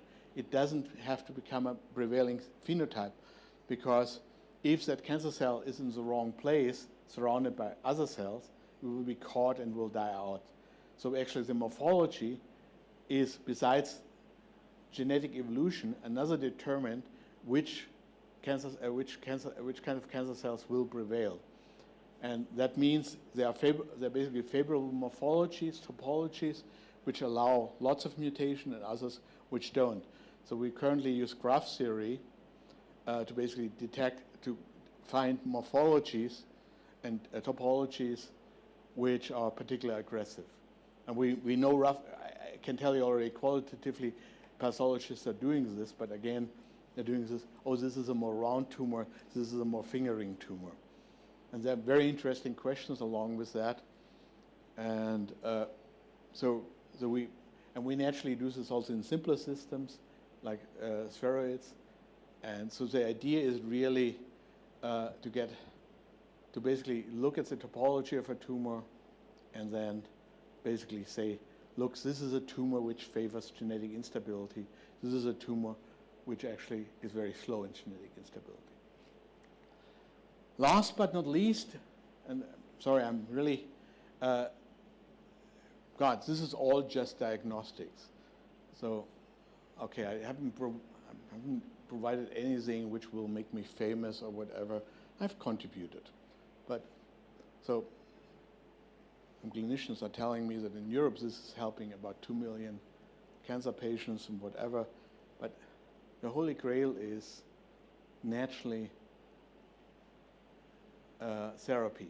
And so I'm totally happy with improving diagnostics, but therapy is a whole other ball game. And I just want to show you something crazy which we have found and we are currently looking for. This is a cervix tumor. Actually, this is the average of 50,000 cervix tumors, which we digitized. So basically, and this is a heat map. Where do you find cancer cells? So wherever there's red, cancer is, so it starts here in the cervix, and it's spreading. And you see already the crazy part is, and so surrounding that stuff is surrounded by fat tissue. So it's mechanically the same tissue. But crazily, here you see that blue stuff, actually the cancer cells don't like. They go around it. So the blue stuff is fat tissue. Morphologically you can't distinguish, but it's sending out some kind of cue which says, okay, go away, cancer cell. And it does this very efficiently. As I said, this is good statistics. We're talking 50,000 patients. And so they make this effort to walk around it. And if you assume a random walker, okay, that can't be coincident. And so what we figured out is that actually fat tissue, which has early developed in the embryo, sends out other signals to cancer cells than late developed. Both are basically, so if you bring cancer cells in contact with fat tissue, they form lipid droplets, and the lipid droplets are regulating the cancer. That's known. But up to now, it was just energy source, so this was yummy. Now we can say that actually it's not yummy, it's actually pretty poisonous in addition. We know, meanwhile, we know how it's working. That's why it's physics. I will come back to that. But so basically, your fat cells are sending out exosomes. The exosomes are getting taken up by the cancer cells. That leads to lipid droplet formation. The lipid droplet formation now has two outcomes. For these early fat cells, it actually stiffens the cells, so it jams them. Basically, for the late fat cells, it actually makes them more motile, more soft. And so now we have to find this one lipid which is doing that, and that is naturally a needle in a haystack. So I can't promise that we ever will find, because lipidomics can tell you large changes in lipid composition. but small percentages are currently not accessible. So we're a little bit stuck. On the other hand, if we would find these lipids, you know from heart diseases, from blood pressure medicine, regulating lipidomics, medicine is incredibly successful. So if you could actually provide the right lipidomics, you probably could avoid metastasis.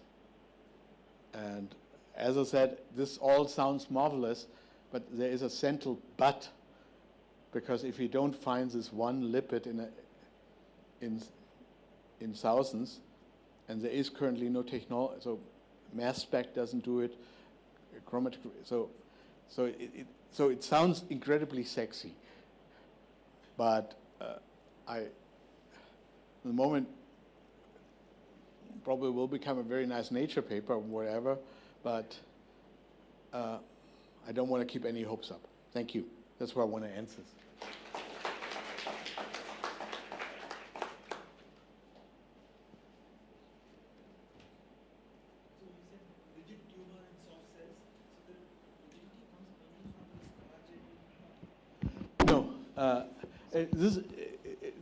Actually, most people were believing that the collagen is actually the stronger component in the cell lines, but there's naturally a thinking error, because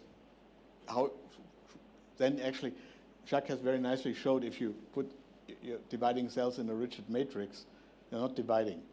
Actually, the rising in the so basically we have to always look for cell nuclei. So I can tell you already now, the collagen is exactly matching the islands of the cells. So it's the same, exactly the same G prime, G double prime.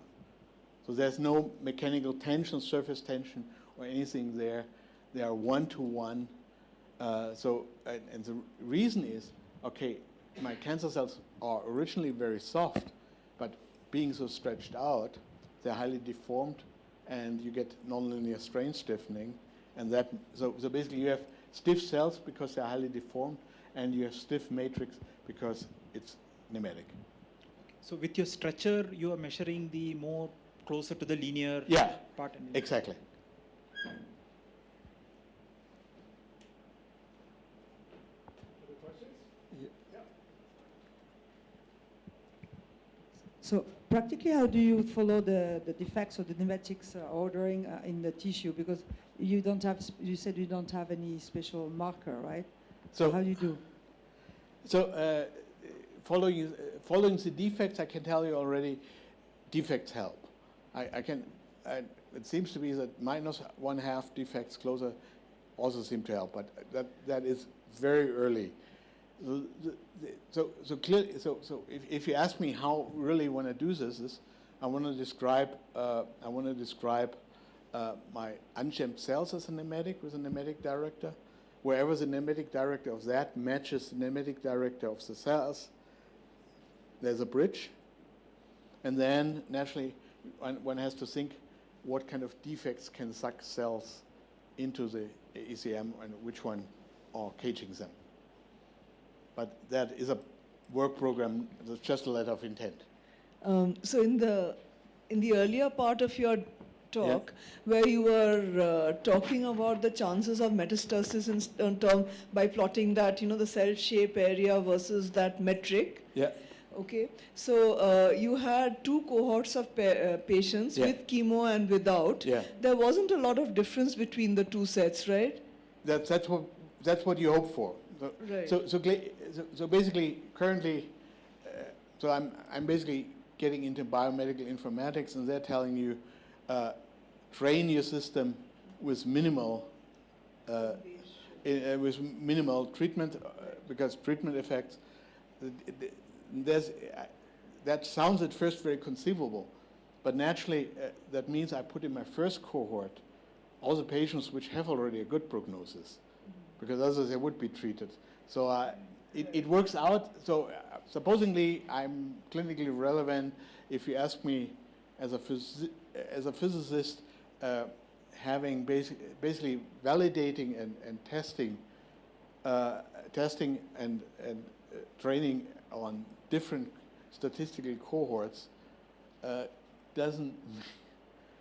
So we also, just to tell you, we've done this also with random sampling, and we get the same result. Yeah, for your migrating cells, wouldn't you need a vector rather than a nematic description? Yeah. Sorry, you're right. Yeah. Sorry, I meant something like. Yeah. I see. Not necessarily. No, I was just wondering in his case if the, Different boundary condition. You know, sorry. Yeah, you remember this shear transition? right, yeah, Now, if the two sides are different boundary conditions, then you can get a net flow. right, That's one thing. And the other thing is the last transition I showed in spring at IASC. If you have if you have grooves, right, orthogonal, yeah, you may have symmetry breaking. right, And actually the interstitial, I mean the matrix could play the role of grooves. right. So I this just- has to be studied. I mean, And this is, all that this is exactly the exciting, but there must be some way how they. right. Shall we eat lunch? Yeah? Okay.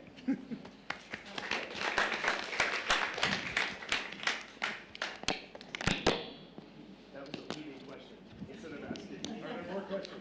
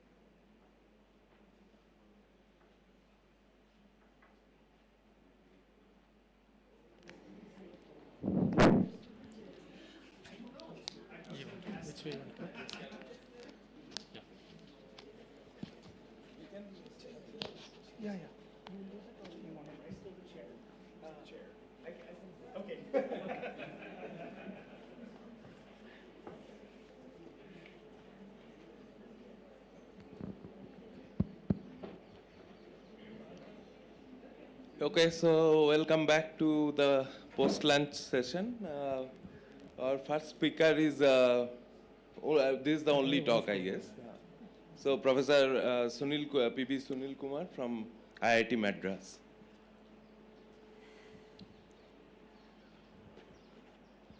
Thank you, Sayantan. Actually, let me begin by thanking Sayantan and Pramod for giving me this opportunity to give a talk on this 75th anniversary. I think it's very special for me, as others said. For me also, it's very special because this is the institute where I did my baby steps on research. So I think it's I'm really thankful to the organizers for allowing me to give this talk. So I wanted to talk about actually the work which is now ongoing. It's an ongoing work on a dry polymer model for a string of pushers. This picture I put in here only as a motivation, no other connection, only as a motivation to show that there are a lot of active polymers around, and it is necessary to. So our motivation for looking for a dry polymer model was to simulate very dense suspensions of active polymers and look at its rheology, etc. This has been the motivation when we started with itself, and so I will talk in the first part, talk a little bit of the historical work and which we did, and then go into the dry polymer model. So this work is mostly done with a former graduate student, Rajkumar Manna, who is now a postdoc at Syracuse, and a graduate student, C.G. Saju, and a former colleague at IIT Madras, IIT in Chennai and IIT in IMSC, Rono Jayadhikari. So, so let me just, as I said, our idea was to look at the dense suspensions of active polymers. That was the motivation. So that is mainly because there are many systems in which this is relevant, right? There is this earlier work by Pramod. Actually, Pramod is the one who actually started me on this thing because when he was doing these experiments. There's shear of the two fibroblasts stuck between two plates, and then moving cells, and then of course later the active 2D active pneumatic kind of stuff. Okay, so they're all very dense suspensions, and so this suspension to actually simulate them using complete hydrodynamics may be not necessary and also very expensive. So we're looking for a dry polymer model. So let me just start with the description of the polymer which you used to start with. So the idea was to have bead spring model, and as I said, because we are looking at active polymer in biological context, this is one example where you could think about a biofilament in a motor working on it, and I think this audience knows this very well, and how this could be modeled as a forced dipole. And now we are looking at a string of such forced dipoles. You could also have these synthetic nanoparticles, nanorods with gold and platinum, and in catalytic system, and you could also make them into strings and make polymers. And this has also been done actually by Guru in NCL, when he was at NCL. Short strings were made, but it could not be extended to very large strings, but I hope it'll come up sometime soon.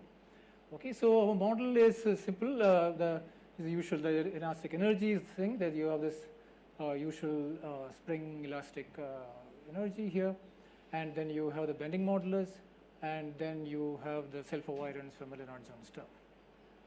Of course, so this is a spring and the bending modulus, and then in addition, so all the beads would now experience a force, which is the conservative part of the force, okay, and then a stress tensor, right? So this is what we have in the model, okay, and so this model was simulated earlier in a paper which was published in 2012, almost more than a decade back, and the string, this application of that into looking at a string of this kind of particles was done in Guru's lab, and then this is published in 2017. Okay, and we do see some connection between the two, even though I believe that this string of, when you make the string of this, is exactly not a forced dipole, really. Yeah, so, but it did show some statistics which is similar to that. Okay, so that is the thing, and then once you have that, okay, maybe use a very simple description. Actually, in the code, we do other boundary conditions also, but I'm not going to describe all of that. We look at the velocity is now again given by the Oseen tensor for the forces, and for the dipole, for the stress tensor is then connected by the D tensor, right? So that's about it.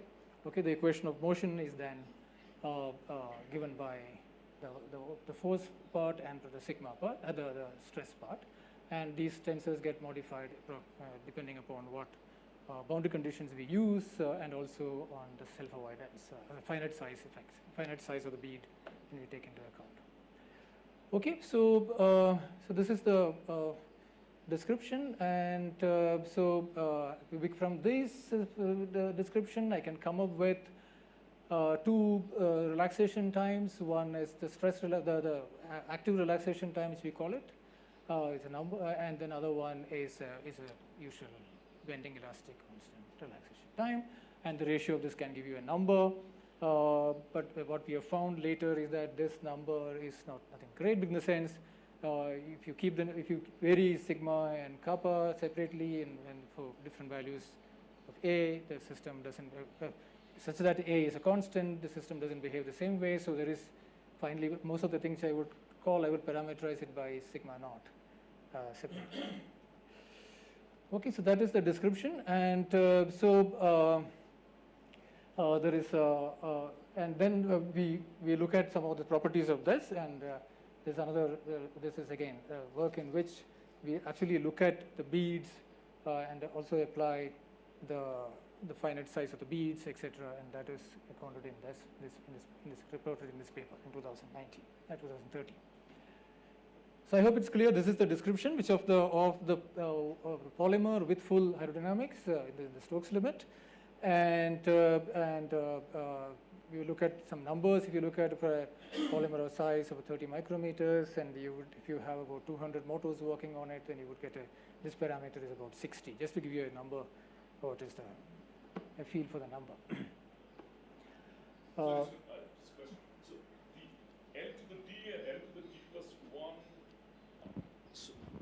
So those are just because the quantity sigma 0 is itself not a stress, it's a force dipole strength, and that divided by the chain volume, it becomes a stress. That's the only reason. I mean, L is the size of the bead or the chain? The chain. Okay, I see. Right. All right, okay, thanks. Okay, so if you look at this model, and if you take an initial filament, if you take an initial filament like this, you could construct a filament like this, and you could also have a small perturbation on it. And if you have a straight filament, that is a velocity field, okay, in 2D. Okay, we do this both in 2D and 3D. And so this is a velocity field around a straight filament in 2D. And now if you put a small perturbation on that, and then this type, okay, and then you let it evolve, you can see that if you have a wavy nature, then you can see that wherever the curvature is, it's the fluid is pushing in that direction, right? So it would just evolve if you have a straight filament and you have some small perturbation on the thing, and you will see that it kind of evolves in that direction, and it's unstable. The straight filament is unstable for any length which is greater than kappa by sigma naught. Okay, yeah. The force dipoles are aligned along the bond. Correct. You don't look at them at all. On the bead, yeah. On the bead, there's no angle dependent. No. Okay, it's always, yeah, force dipoles are tangential to that. That's more correct to say, tangential to the filament. Okay, so now, there's an uncompensated flow which comes in, and that kind of it makes it unstable to look at this. Okay. Now after that we played around with this quite a bit, and then so I will show you some movies of where we take multiple filaments of stripe, right? Okay, so single filament dynamics is. I'm not going to describe more on the single filament dynamics here in this particular limit of full hydrodynamics, but I will show you some movies on where we take a lot of these polymers and confine them in a particular volume, in a spherical volume, either on the surface or inside the sphere, okay, and then look at its dynamics. Okay? Yeah, so this is just showing the same thing, that it is it now from here onwards, whenever I show the polymer, I will show it as a continuous filament, but it is actually made up of beads. Okay, it's just for the clarity, I just will show them as continuous filament. Okay, so let's look at that. So this is one case where we look at this. This is where we have these polymers confined on the surface of a sphere or inside a volume. Okay. Now this confinement is somewhat artificial in the sense it is actually confined on a very rigid spherical volume. And we have the same fluid inside and outside, the same viscosity and things like that. Okay. And we don't allow this shape to fluctuate. Yeah? So it's a very rigid confinement and in a potential. So it is, and then we look at the dynamics of this on the surface, and on the surface when it's confined to a surface, and when it's confined to a volume. Okay, so that is this work which we looked at. And so this is what you can see at low densities. You can see that they just kind of move around in the volume. Okay, and this is we have a volume confinement, and they just freely move, and then if you go to higher densities, the chain gets entangled. Okay, and when it moves. What are the colors? Colors is showing curvature actually. Yeah, sorry, I should have said. Yeah. These colors are just showing the curvature. Yeah? Because it moves in the. Okay, that's something which I'm coming to. It moves. You show that moved in the direction of the curvature. Yeah. Fluid is unconfined. Yeah, that's what I said. That it's the same fluid inside and outside, but it's just the filaments are confined in this fluid. Right. Okay. So then they kind of get entangled, and then they move as one blob. Yeah. Do you find the filaments throughout the bulk, or is it only on the surface? Sorry, I didn't hear. Do you find the filaments throughout the bulk of the vesicle, or? So this is the bulk. This is on the surface. Sorry, this is on the bulk. I'll come to the surface. I showed you in the previous one. This both are bulk. Yeah, this both are bulk. This is at a lower density and then lower volume fraction. That's sort of 1.1 and this 0.23. Yeah. Right.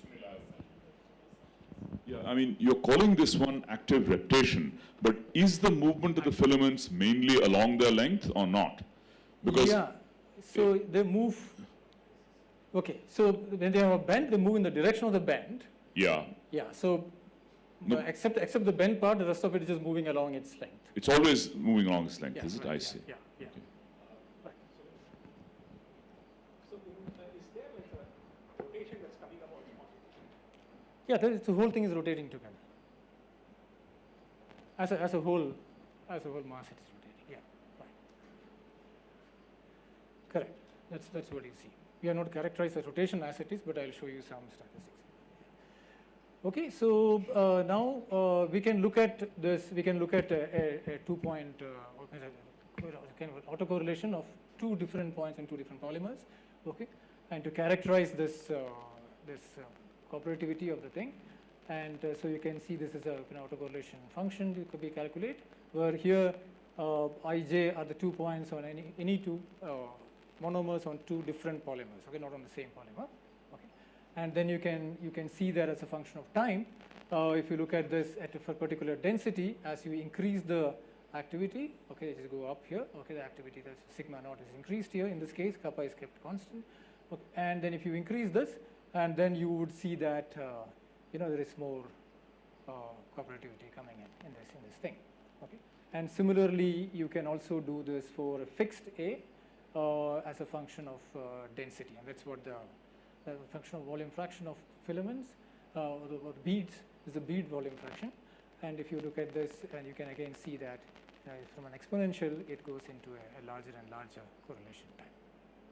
Okay, so this is basically showing that they entangle and that they're moving together. Okay, but of course we have not looked at the entire rotation kind of frequency or the time scale in this case. Okay, so. So that is one, and now we can also look at the correlation time. How does it change as a function of this is a correlation time as a function of activity? And actually, it shows that for a fix as you for a different as you can see that as you increase the 5e value, okay, you can see that there is a dip, and then there is an increase in the correlation time. Okay. So the initial dip, of course, if there is no thermal noise in the system, okay, so if you don't have activity is very low, things move very slowly. Okay, as you increase activity, it moves faster. Okay, and then it starts getting entangled. Okay, and you can make an entangled and disentangled kind of phase diagram for that. Okay, so this is for volume confinement, which we will see. Yeah. Okay, so now if you look at for A equal to 30, we can look at this is the case in where it sits on the surface, as we asked, okay. And then again for low volume fractions, you will see that it is isotropic, it moves around ballistically, okay. And but then for higher densities, you can get a nematic kind of transition. Okay, so you get a nematic phase on the surface of the sphere. And so this again, there is a transition from the isotropic to a nematic phase as a function of the volume fraction, or in this case area fraction. Okay, what we're showing is area fraction. Okay, and that you can see in this figure here. So basically, so you can do two things. You can either change the bending modulus. Okay, if you decrease the bending modulus, also you'll have proliferation of defects. Okay, on the surface. Okay, and if you increase the volume the area fraction, again you will get a nematic order when it comes. Okay, so this is for a fixed A value. Okay? For A value is another parameter which you can play around with in this case. Okay. So the two things actually happen in this case. One is the aerodynamic flow, which is coming. It is directing the polymer to move in the direction of the bend. Okay. and there is also, when there are two parallel filaments, they have an attraction between them. Okay, so if you have that's the reason why you get this kind of transition. Okay? In the case of actually much lower densities, lower volume fraction than actual isotropic nematic transition. Okay, you get lower thing itself with the alignment, mainly because there is an attraction between the filaments, sideways attraction. Comes from the hydrodynamic interaction. Sunil, where the velocities are maximum here, like region of high curvature? That's correct. Wherever they're showing red, that is the. That is the velocity map now, or curvature. That's curvature maximum. That is the direction it moves. Okay, and the velocity, of course, is along that direction. Yeah. So maximum velocity in the sense. I mean, all like polymer is moving together, so the whole polymer is in the same velocity. I see. Right. Okay. Okay. So another thing is like when you are showing that highly entangled and less entangled case, but you are mentioning the motion is reptation mostly. So reptation, like only in the entangled case, that is relevant, right? That's what I was asking. Okay. You see, if you look at this, maybe you can see it here. You know, it moves in the direction of the curvature. Okay, and most of the time there's only one. When it is moving, it has only one curvature, right? Okay, so it is moving in that. So except the curved region, the rest of it is just moving along its length. But that is not exactly like. Full, right, yeah. Which is something that will occur only under entanglement. Right, correct. I agree. Yeah. Oops. Yeah. Okay. So what we see is that, you know, as I said, you could have seen that the velocity is in the direction of the curvature. So we can quantify that. Okay. So we can just say that. Okay, we can look at that in the Raoult's limit. We can write down from the equation of motion. We could write down, saying the center of mass of the polymer, okay, actually moves in the direction of the curvature. Okay, so this is the expression you get from the equation of motion. Okay, and then you can actually compute that from the simulations. Okay, and this is what's plotted here as a function of time. Okay, and what is plotted in this green thing is actually from this expression. From the simulation, and what is shown here in the black line is from this expression. Okay, and you can see that they actually follow very well each other. Okay, so for the filaments, they're moving always in the direction of the curvature, okay, and along the normal. Yeah, so that's what it is. Okay. So this gives us some idea. Again, you can do it for very high values also, and it still seems to follow. Okay, the curvature. So even with the numbers as high as 250, we are able to see that it still follows very well the direction of the curvature of the motion of the polymer is in the direction of the curvature. Okay, so this of course is for this expression is for actually integrated over the whole polymer. Okay, but averaged over the whole polymer. Okay, but the polymer has only actually one bend most of the time, and it is just moving in that direction. Right? So we thought, okay, so that way we can actually use this. Okay, and put in and make a, you know, why spend so much time doing all this active hydrodynamics? Okay, we could just make a polymer and then say that the polymer's velocity, local velocity, is in the direction of its curvature at that point. Okay, and that is my activity. Okay, nothing. So that's what model which we did. Okay, so this is from the paper. Okay, and that's the model which we did. Now activity is just assumed to be proportional to the local curvature of the polymer. Okay, yeah. So when you set the curvature, this is for both the bulk motion, also when you confine it on the surface, or is it only for the bulk? This is done for the bulk. What about the surface? The curve I showed you, the data I showed you is for the bulk. But what about when you confine it on surface? Also, it should be the same, I think, because there is fluid is still unconfined. It's just no, but what I was worried about is the curvature. What do you mean by the? Okay. Yeah, we have not checked that explicitly, but I think it should be. I'll show you data with a comparison between these two. Then you'll see that. Yeah. But we have not really plotted the curvature versus the velocity when it is confined on the surface and seen. Yeah, but I think it should be the same. Right? That's my opinion. I don't see a reason why it shouldn't be, because the flow is still in the bulk. Yeah, flow is still in the bulk, not on the curved surface. But polymer, of course, is moving on the thing. So there is another force acting on. That's what you're saying. Okay. And I understand. Yeah. The curvature is just dt by d tangent by ds. No, he's asking about the curved surface. When it's confined on the curved surface, it will still follow or not. Yeah, right. Yeah, good. Fine. I did not check that. Yeah. So the F term is the force due to the yeah, bending force. Yeah. Right. So here again, you can make a number here, but just this number, I'm not going to use it very much. Okay. So so basically, what we are saying is that we have a force, active force, which is in the direction of the curvature. Okay, and so outward normal. So that is what the force is. Okay, so it's along the outward normal. Okay, and then this is the usual the passive forces, and which is conservative forces, and then and we put in a thermal noise also in this case, because otherwise it wouldn't move, right? So just here.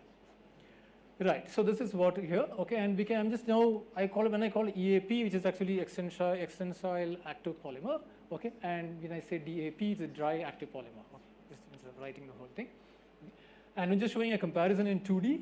Okay, and this is of course has a full velocity field, and this is the thing, and for the dry polymer. Okay, and you can see, let it evolve in both cases, and they evolve very similar in these two cases. So they move in the direction of the curvature, the total curvature. So yeah, so I should also mention that all these cases semi-flexibility is important, and these are all semi-flexible polymers, so that is the reason why they look very stiff. Okay, and but we actually between the two models, between the activity in one and the activity in the other one I will be parameterizing by sigma. Okay, the strength of the force dipole. And the other case, it will be parameterized by this value beta, which is the force in the direction of the curvature. Okay, there is no one-to-one mapping in this, at least we have not found any so far. Okay, but I will try to show you comparison between these two by matching some velocities and some points, etc. Okay, that's what my aim is here. So yeah, so what are we seeing? So then now I can look at the I'm trying to quantify these things, okay, by some of these properties of this dry active polymer, and this is looking at the tangent-tangent correlation. Okay, as I said, these are semi-flexible polymers, so just looking at tangent-tangent correlation, just with a hope that we could get how the persistence length would change as I change the beta. Okay, but what we found is that in this case, in fact, some cases if the length of the filament is very small, then you actually won't even get an exponential decay to begin with. Okay, you actually have somewhat more like a Gaussian there. But what we find is that for beta equal to 0, this is for the passive polymer, everything is fine, and then you get a persistence length for a given kappa, and for as you increase the beta, you see that these tangent-tangent correlation decays slower for longer polymers.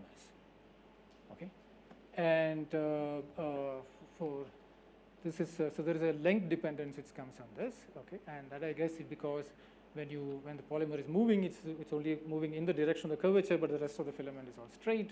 So I think that when you average over the whole filament, you will get a slightly stiffer version of that. Okay, so you get actually this saturates after some length. Okay, which I showed you here. So this is for the passive polymer for different length. Okay, we look at some kind of correlation length from this, which what you would call in the case of beta equal to 0 as a persistence length. Okay, and that is constant for not dependent on L as we expect. Okay, but for when you have this activity, which is activity is a force in the direction of the curvature, you do see a dependence on the length. Okay, and then it saturates. Okay, for shorter length, you have a dependence, and then it saturates. Okay, so this. Okay, and now this is the comparison between the two models for the curvature. Okay, for two different values of activity, for activities, we compare these two, and then you can see that they actually behave similarly. Okay, and you can see this is what I was telling you, that this is not really showing a exponential decay. It is showing somewhat more like a Gaussian behavior for small length, this correlation length. Okay, so tangent-tangent correlation really doesn't decay exponentially in this particular case. Okay, and I guess this is big because there is a particular plane, and then there is the cylindrical symmetry around the polymer is now kind of lost because there is a particular plane in which the force is acting, and that's true even for the full hydrodynamic case. Okay.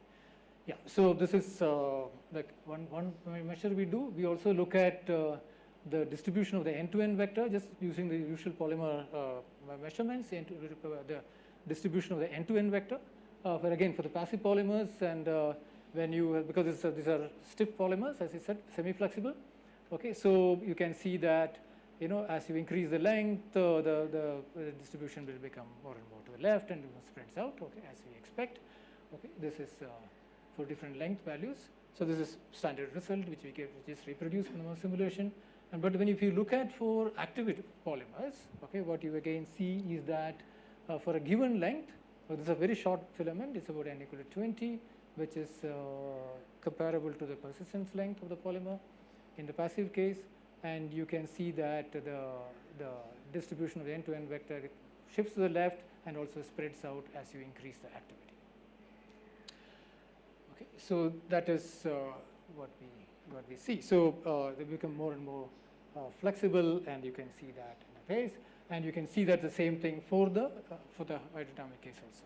So these quantities are computed just to compare these two models, okay, just to see how they behave. As I said, I can't really compare this beta value and the sigma value together to one, but you can see that they behave the same way. So as you increase the sigma, you know, this gets the polymer distribution, the end-to-end vector, the end-to-end distance distribution spreads out, and similarly for the passive polymers, as for the dry model also. Okay, that these two have similar dependence. Okay, so so this is bearing a broadening and then and shifting the polymer to the left. Yeah. Okay, so so then we looked at the end-to-end vector autocorrelation function also for this, again for two different values of n.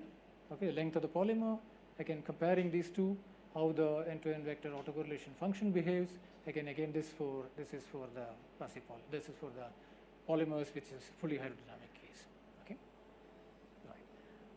So again, we would see similar behaviors of the time scales. Here are scaled differently, so you can't really compare. Okay, because this both are the tau, the simulation time scale in these two cases are slightly different, okay. But behavior is same. Okay, in this both cases. Okay, so except that in this particular case, you see that for the length 40, there is a very prominent minima here, or prominent negative value, okay, for the correlation function, and that comes from the fact that for a particular length, the polymer takes a S-shaped configuration, and it can then move in a circular motion. Okay, that's what this is. Okay, so now I wanted to show you something new, that is. So now, the comparison, now what we want to look at is these polymers in a shear flow. Okay, so that is what we are trying to do. And so now these are dry polymers which are in the shear flow. So this is passive polymers, okay, and these are active polymers, okay, and for two different shear rates. Yeah. And so you can see that I just run all of them. So this is for the passive polymers, and as it's in a shear flow, so you can, that's a shear direction, okay, and so flow direction, and this is a vortex direction perpendicular to the filament, perpendicular to the board, and you can see that as you increase the shear rate, the polymer just tumbles, right? So this is very well known. Okay, the polymer will tumble, okay, and this is for passive polymers, okay, passive semi-flexible polymers. And so they have a bend develop, and then you know, it's just, because this is my gradient direction, so whenever it couples in that direction, it just tumbles. Okay, and shown. And then if you turn on activity, you can see that. Okay, this is yeah. So you can see that this in this case the coupling in this direction. Okay, the polymer configuration, the width in that direction of the polymer is now larger. Okay, because of the activity, okay, because whenever it bends, there is another force coming in that direction.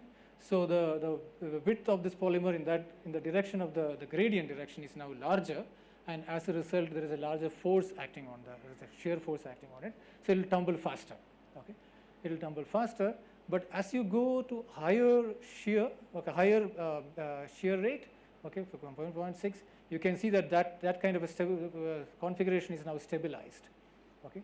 So what happens in this case is that the polymer is when extended because of the shear, and it tries to bend, and whenever it bends in both sides at the same time, it actually pulls further. Okay, so because it wants to move in the direction of the curvature, okay, so it kind of tumble slower than the passive one. Okay? So while the lower shear rate, you have things tumbling faster when you have activity. At higher shear rate, you will have tumbling slower because of activity. Okay? And there is a crossover between these two. Okay? And sorry. Okay. Now I have to go through this. Yeah. Now this is a case comparison between the two, and just showing for a higher shear rate. This is a comparison between the dry model and the fully aerodynamic model. Okay, in this case. Okay, and you can see that they behave similarly. Okay, same has this. Both of them have this extended configuration stabilized. Okay, and then it tumbles faster. So is it looping or is this an oscillatory state? It's not looping. Looping in the sense. No, your the video is looping. Yeah. That's right. If it is looping on a real hop machine, yeah. important to know. Yeah, right, yeah. Okay. Yeah, I thought you were asking the polymer is forming a loop or not. Yeah, sorry. Yeah, okay. So this is a case, and then now, so what we do is the way we characterize this motion, okay, this tumbling behavior is by looking at the tumbling interval, okay, that is time between two tumbles, okay, not tumbling time, the tumbling interval, the time between two tumbles, okay, as a function of the Weissenberg number. And Weissenberg number in this case is just the shear rate divided by the polymer relaxation time. Okay, so we scale that, okay, and then this is for the passive polymers, and we get a very beautiful -3/4 law, which is known earlier. Okay, so that is scaled with a gamma dot as -3/4. Yeah, Weissenberg number to the power -3/4. Okay, and this we can do for different length, and then this is for passive polymers. Okay, so now when you do for active polymers, I showed you that, like in the case that when what happens is from this line, for lower shear rates, it tumbles faster. Okay, the tumbling interval is smaller. Okay, and for larger shear rates, the tumbling is slower. Okay, the tumbling interval is larger. Right. So you can see that they cross at this line. Okay, and they cross almost at a value which is independent of the activity. Okay, very this gets sharper if the kappa is higher. Okay, but then you can see that it kind of crosses in a region. So there are basically three regions here. Okay, one, it goes below this red line is the curve for the passive polymer, okay, which is a 3/4 line actually. Okay, and 3/4 line. Sorry, yeah. And this is the passive polymer king, and I'm plotting as a function of gamma dot, not as a Weissenberg number. And in this case, then for the rest of the things, you can see that for the smaller shear rate, you have it going below, and for higher shear rate, it goes above. Okay, so that is the behavior, and that is mainly because of this bend configuration which you get.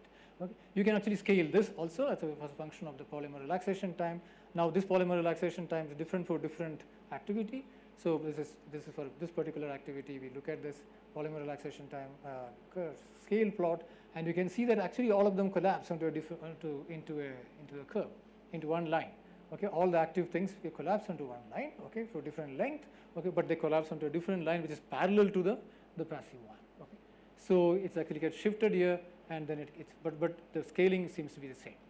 Okay, right. So this is a case of dry active polymer. Okay? We can actually do the same thing for the fully aerodynamic case also, and then you get similar behavior. Okay, this is a bit expensive, so we have not done many simulations on this. Okay. But again, you can see that it goes below the active cases, goes below the passive case, okay, and then it crosses over, okay, into the other thing, okay, and this crossing point itself gets shifted and becomes sharper, okay, as you increase the kappa bending stiffness, okay, right. Okay. But again, the scaling here and here is the same. So even though they just goes into one region to other region.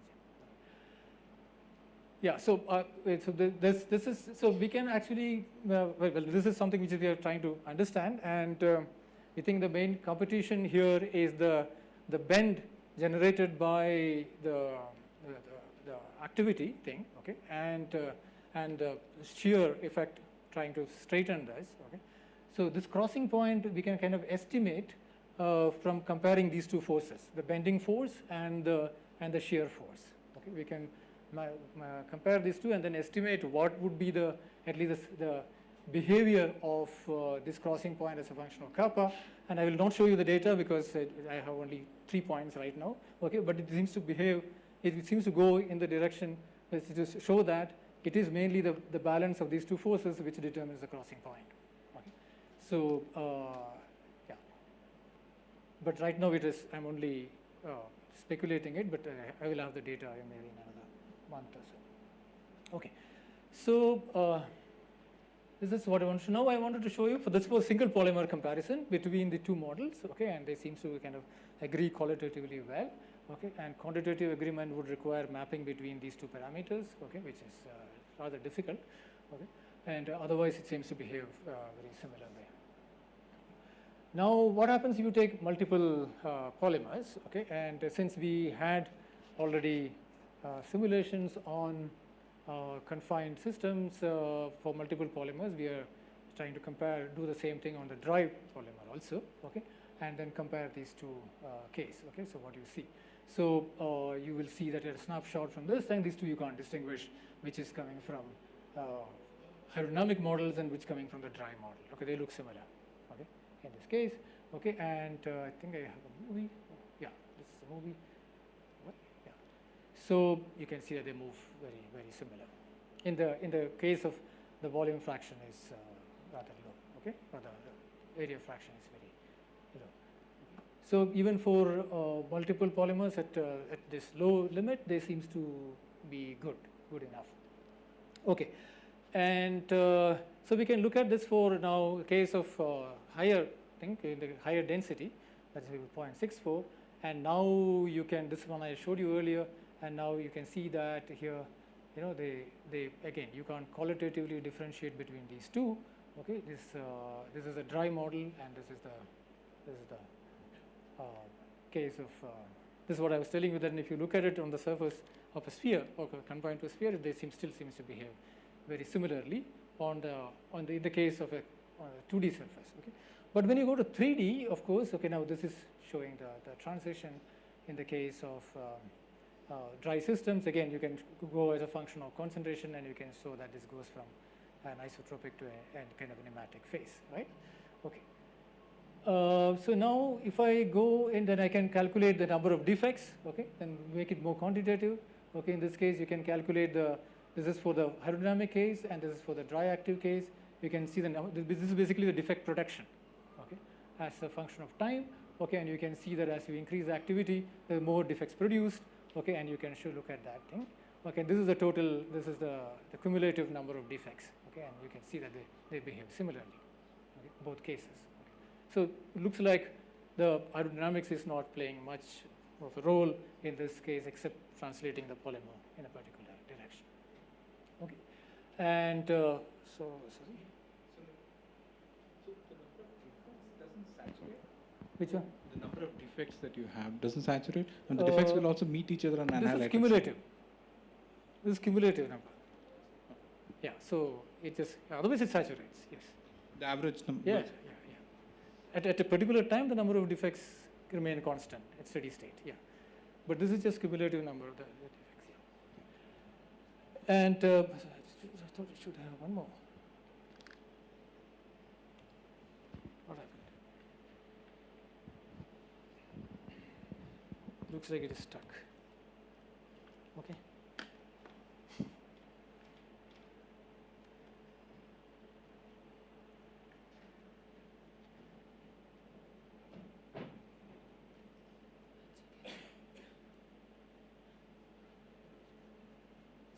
Something to do with Wi-Fi, or no, I don't know what happened.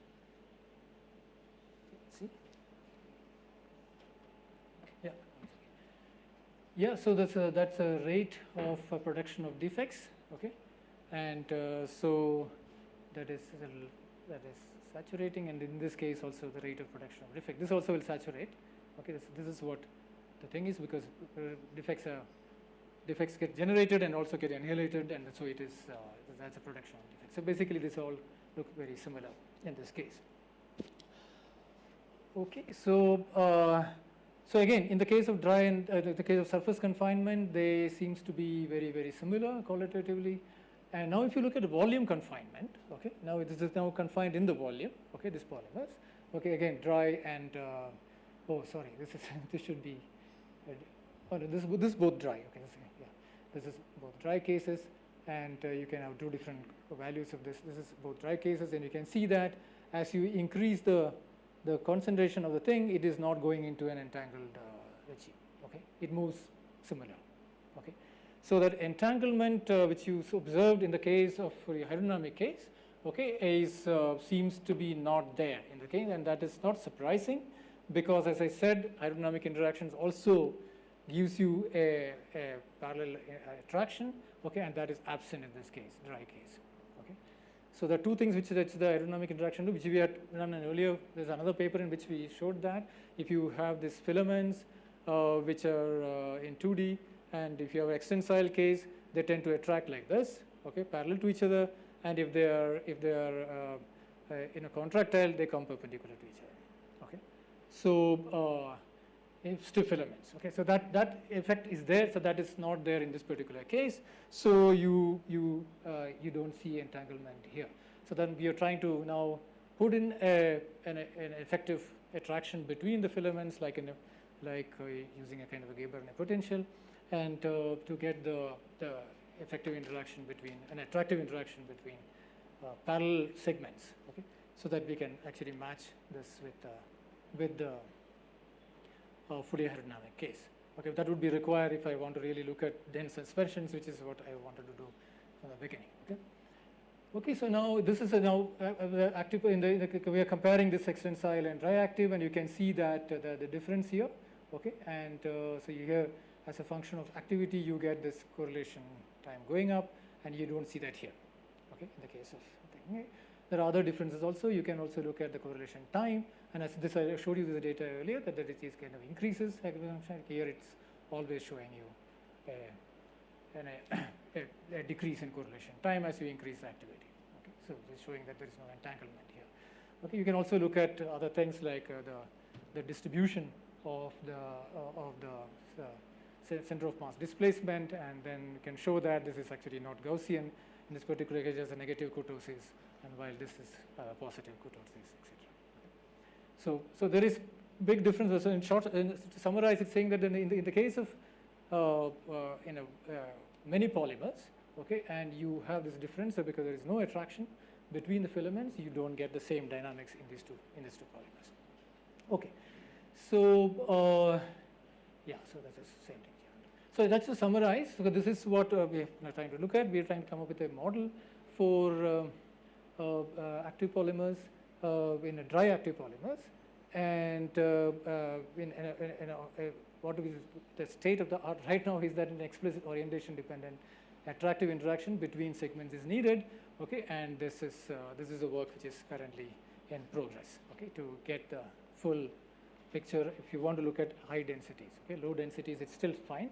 Okay, high densities if you want to look at it, and then I need to have some explicit attractive interaction. Okay, so if you at this point, if you have any questions, yeah. I can stop at this point, or I can just show you some fun movie. You know, what I'm trying to figure out is this. You could, of course, put in an orientation-dependent attractive interaction, yeah. But if you put it in the form of a potential, isn't it going to miss some features? Is the effective hydrodynamic attraction between two filaments, two active filaments, given by some kind of potential flow? Probably not, right? I'm wondering, whatever force you put in, if you make it the gradient of a possibly orientation-dependent potential, can it capture hydrodynamic effects? Because in general, the interaction mediated by actively generated fluid flow probably isn't captured by a potential, I would have thought. When there is strong screening, you don't think it will come? No, the question is not for the screening. Yeah. Yeah. Yeah, I mean, maybe, but I mean, so you're going to look at it only at high concentrations? Yes. Yes. Yeah. Possibly, yeah. I mean, maybe in that limit. All that will really matter is that when they're close to each other, they are aligning. Maybe. They are coming closer, yeah, there's some attractive interaction, because they have to entangle. Maybe. I see. Yeah. So when these polymers are small, so little rods, then you would expect it to exhibit active turbulence, like what Julia showed. Yeah. And Can you speak louder? Sorry. I think it's not on. For me, I have to speak louder. Okay. And with the mic, yeah. No, I just was wondering whether when you replace the polymers with short rods, you would expect to see active turbulence. I akin think, to what yes, Julia should, showed. yeah. We have not done that. Yeah. So I guess the question was, when you study extended polymers, do the polymers suppress the active turbulence? Because you need to go into higher densities, right? Higher volume fraction if you want to see the active turbulence kind of thing, right? So what is happening is the longer thing is that they get entangled, right? So that will not be there for short filaments. So I guess that would be the major differentiator. I think so, yeah. Sorry, can you remind me, you said they aligned perpendicular. No, so Which that is that okay. So for? if you have short filaments, Yeah, which are contractile, okay? yeah, So then they tend to come perpendicular to each other, right, right? yeah. If they are extensile, then they try to go parallel to each other. Yes, okay. Right, Although yeah. I see, yeah. Okay. Now, if you have very long polymers, then they come together and then they get entangled. Yeah. So then you have a whole mass. Yeah. Right. And that's wet and dry. Sorry, that's wet and dry. Sorry. Wet and dry. Do this. That's lining correct. up. That's correct. Yeah. When it is a hydrodynamic interaction.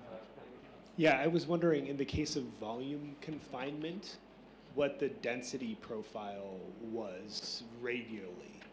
Like, because I would imagine if the polymers are long compared to the radius of the confining radius, that they would tend to prefer to be near the surface. Yes, but not when they are entangled. Otherwise, we have not checked it. But what you can see from visually is that they move into one lump, right? And they're moving as a lump. Then they're moving together as a lump. Okay. So then they can't move very much because there is some hair hanging around outside this lump. So Yes. it cannot really go very close to the surface. And have you thought about making the boundaries deformable? Yeah, work in progress. Sorry, I didn't hear you. Work in progress. Oh, work in progress. Oh, so you've thought about it. Yeah. So the answer is yes. Yes. And that's all I'm going to get. Yes. Okay. Yeah. Yeah. So for the single polymer dynamics case, where you saw that the tumbling time, there is a crossover for the active and the passive case at a certain shear rate. So I'm wondering that what happens at that shear rate that the tumbling time does not care about the activity. That's correct. Why does that happen? So I mean, what is the?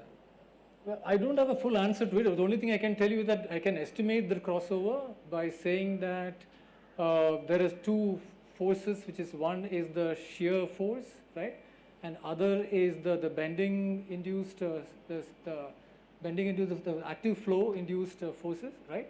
So if I can, that point seems to be where these two forces balance each other. Okay, so then activity is not really playing much role there. Yeah, and that crossover shear rate also does not depend on how active the polymer is it, right? Yeah. Okay. And one more doubt, maybe you told it already, that so when you simulated that the surface confinement case, yeah. So what is the reason to take a sphere instead of a plane to confine the polymers? Oh, see, we didn't want to confine the volume, the fluid flow, right? Okay, so now we want a closed surface to confine. Otherwise, I had to put in periodic. Yeah, periodic boundary condition. Right. So So will just put in a closed surface, just convenience. Okay. Nothing more. Thank you. So what ingredient would you need for the polymer not to mix? Sorry? Yeah. When they are in volume, Yeah. what would you need for the polymer not to mix? polymer not to mix. That's what you have in your nucleus, right? Yeah. So what would you have to do to avoid them to mix? I don't think I got the question. Mix means what? I want them to phase separate. Oh, phase separate. He wants to make chromatin. I want to make chromatin. Oh, yeah. Okay, So what would you need for that? Well, then you would need, I guess, two different interactions, I think. Maybe you need at least two sets of polymers. But they are not that different. No, the right? polymer, you want, okay, active and non-active, for example, right? Yeah. Okay, that would work. Right. That should work, I think. That- We're that, not, would work, we're not but- checked but- it, but yeah. But Right. for- Correct. We're not checked it, but I Okay, guess maybe- I guess if you put in active and passive together, whether they will phase separate or not, I don't know. okay. Yeah, okay. that'll be interesting to check. Yeah.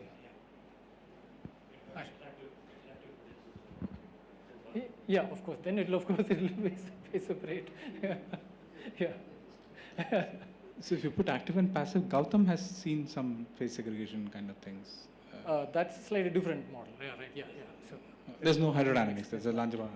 So I was wondering, in here, if you have the bulk confinement, have you looked at the distribution of the polymers? I mean, are they uniformly distributed? They are more towards the boundary? that's what he was asking. Yeah. So the thing is that if you are, we have not checked it. In the case of lower densities, when there is no entanglement, okay, I just assume that it could be uniformly distributed. I have not really looked at into the thing. But when it is at higher densities, of course, it's more at the center because it just gets lumped. Any other question? Okay. If not, let's thank Sunil. I thought you said there was some other story. No, I said if there is time, I'll show you something more, but then there's no time. Yeah. Yeah, you have 5 minutes. I can show you. I'm very happy to show you. Because see, this active polymers, which is in the case of full hydrodynamic case, when you anchor them, okay, if you actually anchor the polymer, then it'll show beating, right? Okay, so we have shown that if you clamp it, if you clamp this filament, and then it can start beating, okay. And we have also shown in this paper that there is a regime at which you have a straight filament with a flow, and there is a transition. There is actually a instability at which it goes into planar beating, okay, and then there is a second instability in which goes to a helical beating.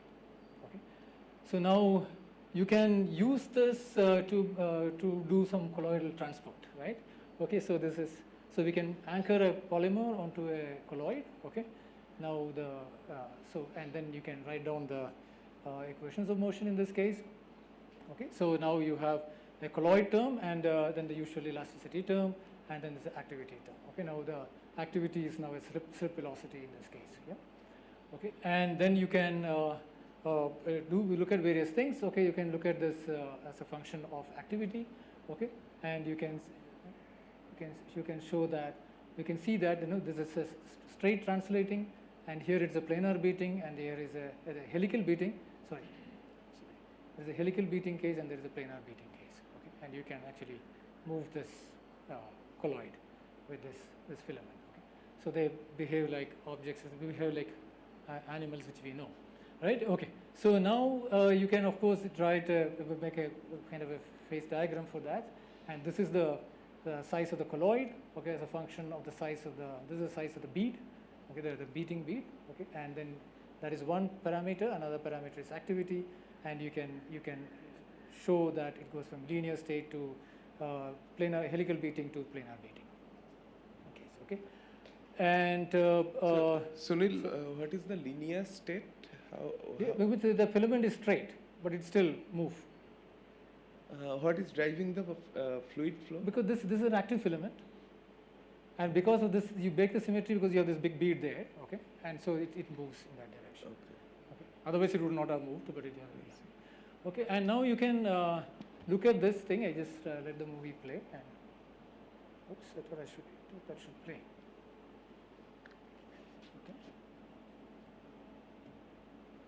Okay, I think this will play this way.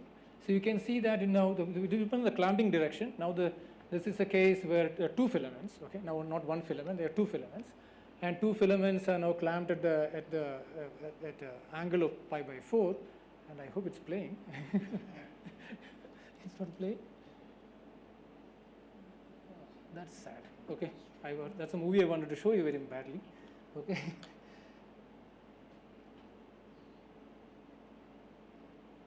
Here it's playing. Yeah, you can show that it is when it's pi by 4, it moves like that, and you can change that angle of in which it is anchored, and then that will show different type of motion. So this is a mutant chlamydomonas. Can you make a regular chlamydomonas? you can. You will see that. You will see that chlamydomonas also, right? Yeah. And you have different type of motion. You also have sculling. Yeah. So how they synchronize depends on where the angle? Yeah. Yeah. The angle. Yeah. So now you can see that. Yeah. Now this is kind of a synchronous. Yeah.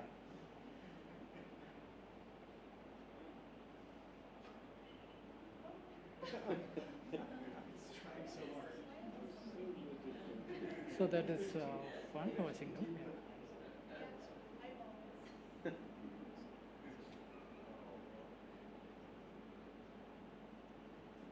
Is the waveform similar to the waveform of the chlamydomonas? I don't know. The chlamydomonas is of course much more complicated. Yeah. So let me just see whether I can see. I don't know why it was not playing in the movie thing. Okay, I think this will also. Yeah, let's continue. I can't speed this up unfortunately. So this should also play. Something is playing there. Yeah, no, it's moving. Yeah. No, I think this is playing. Yeah, let me just see whether this is. I think it's playing. Yeah, it's playing. Yeah. Yeah. So now this is a linear state, so you don't see this moving. So now this moving is in the center of mass frame of the bead, right? It's a single filament. Okay, and now you can see this is a helical beating case, and I've been showing the right here. Okay, and so this is the helical beating case, and this is the region where you have helical beating. Okay, and then you have a state in which you have helical beating with periodic switching of sign. Okay, that is this particular regime, and you can see that it changes and then it starts going the other way around.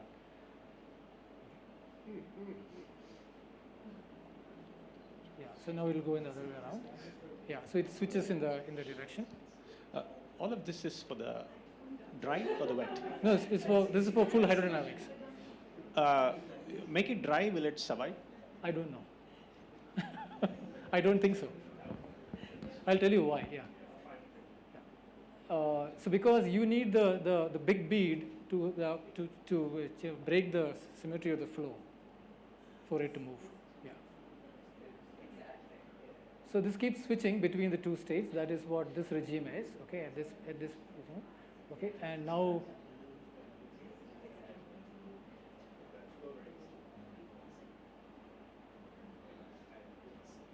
Yeah, then you go to the planar case. This is planar case where, of course, the right is 0 and then just beating planar.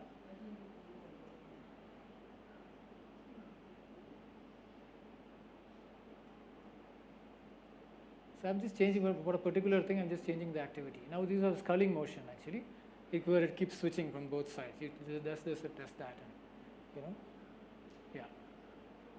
You can see that it's moving from left to right all the time. So it's sculling kind of motion. So yeah, this is a fun movie as I said I wanted to show you. Yeah. Thank you.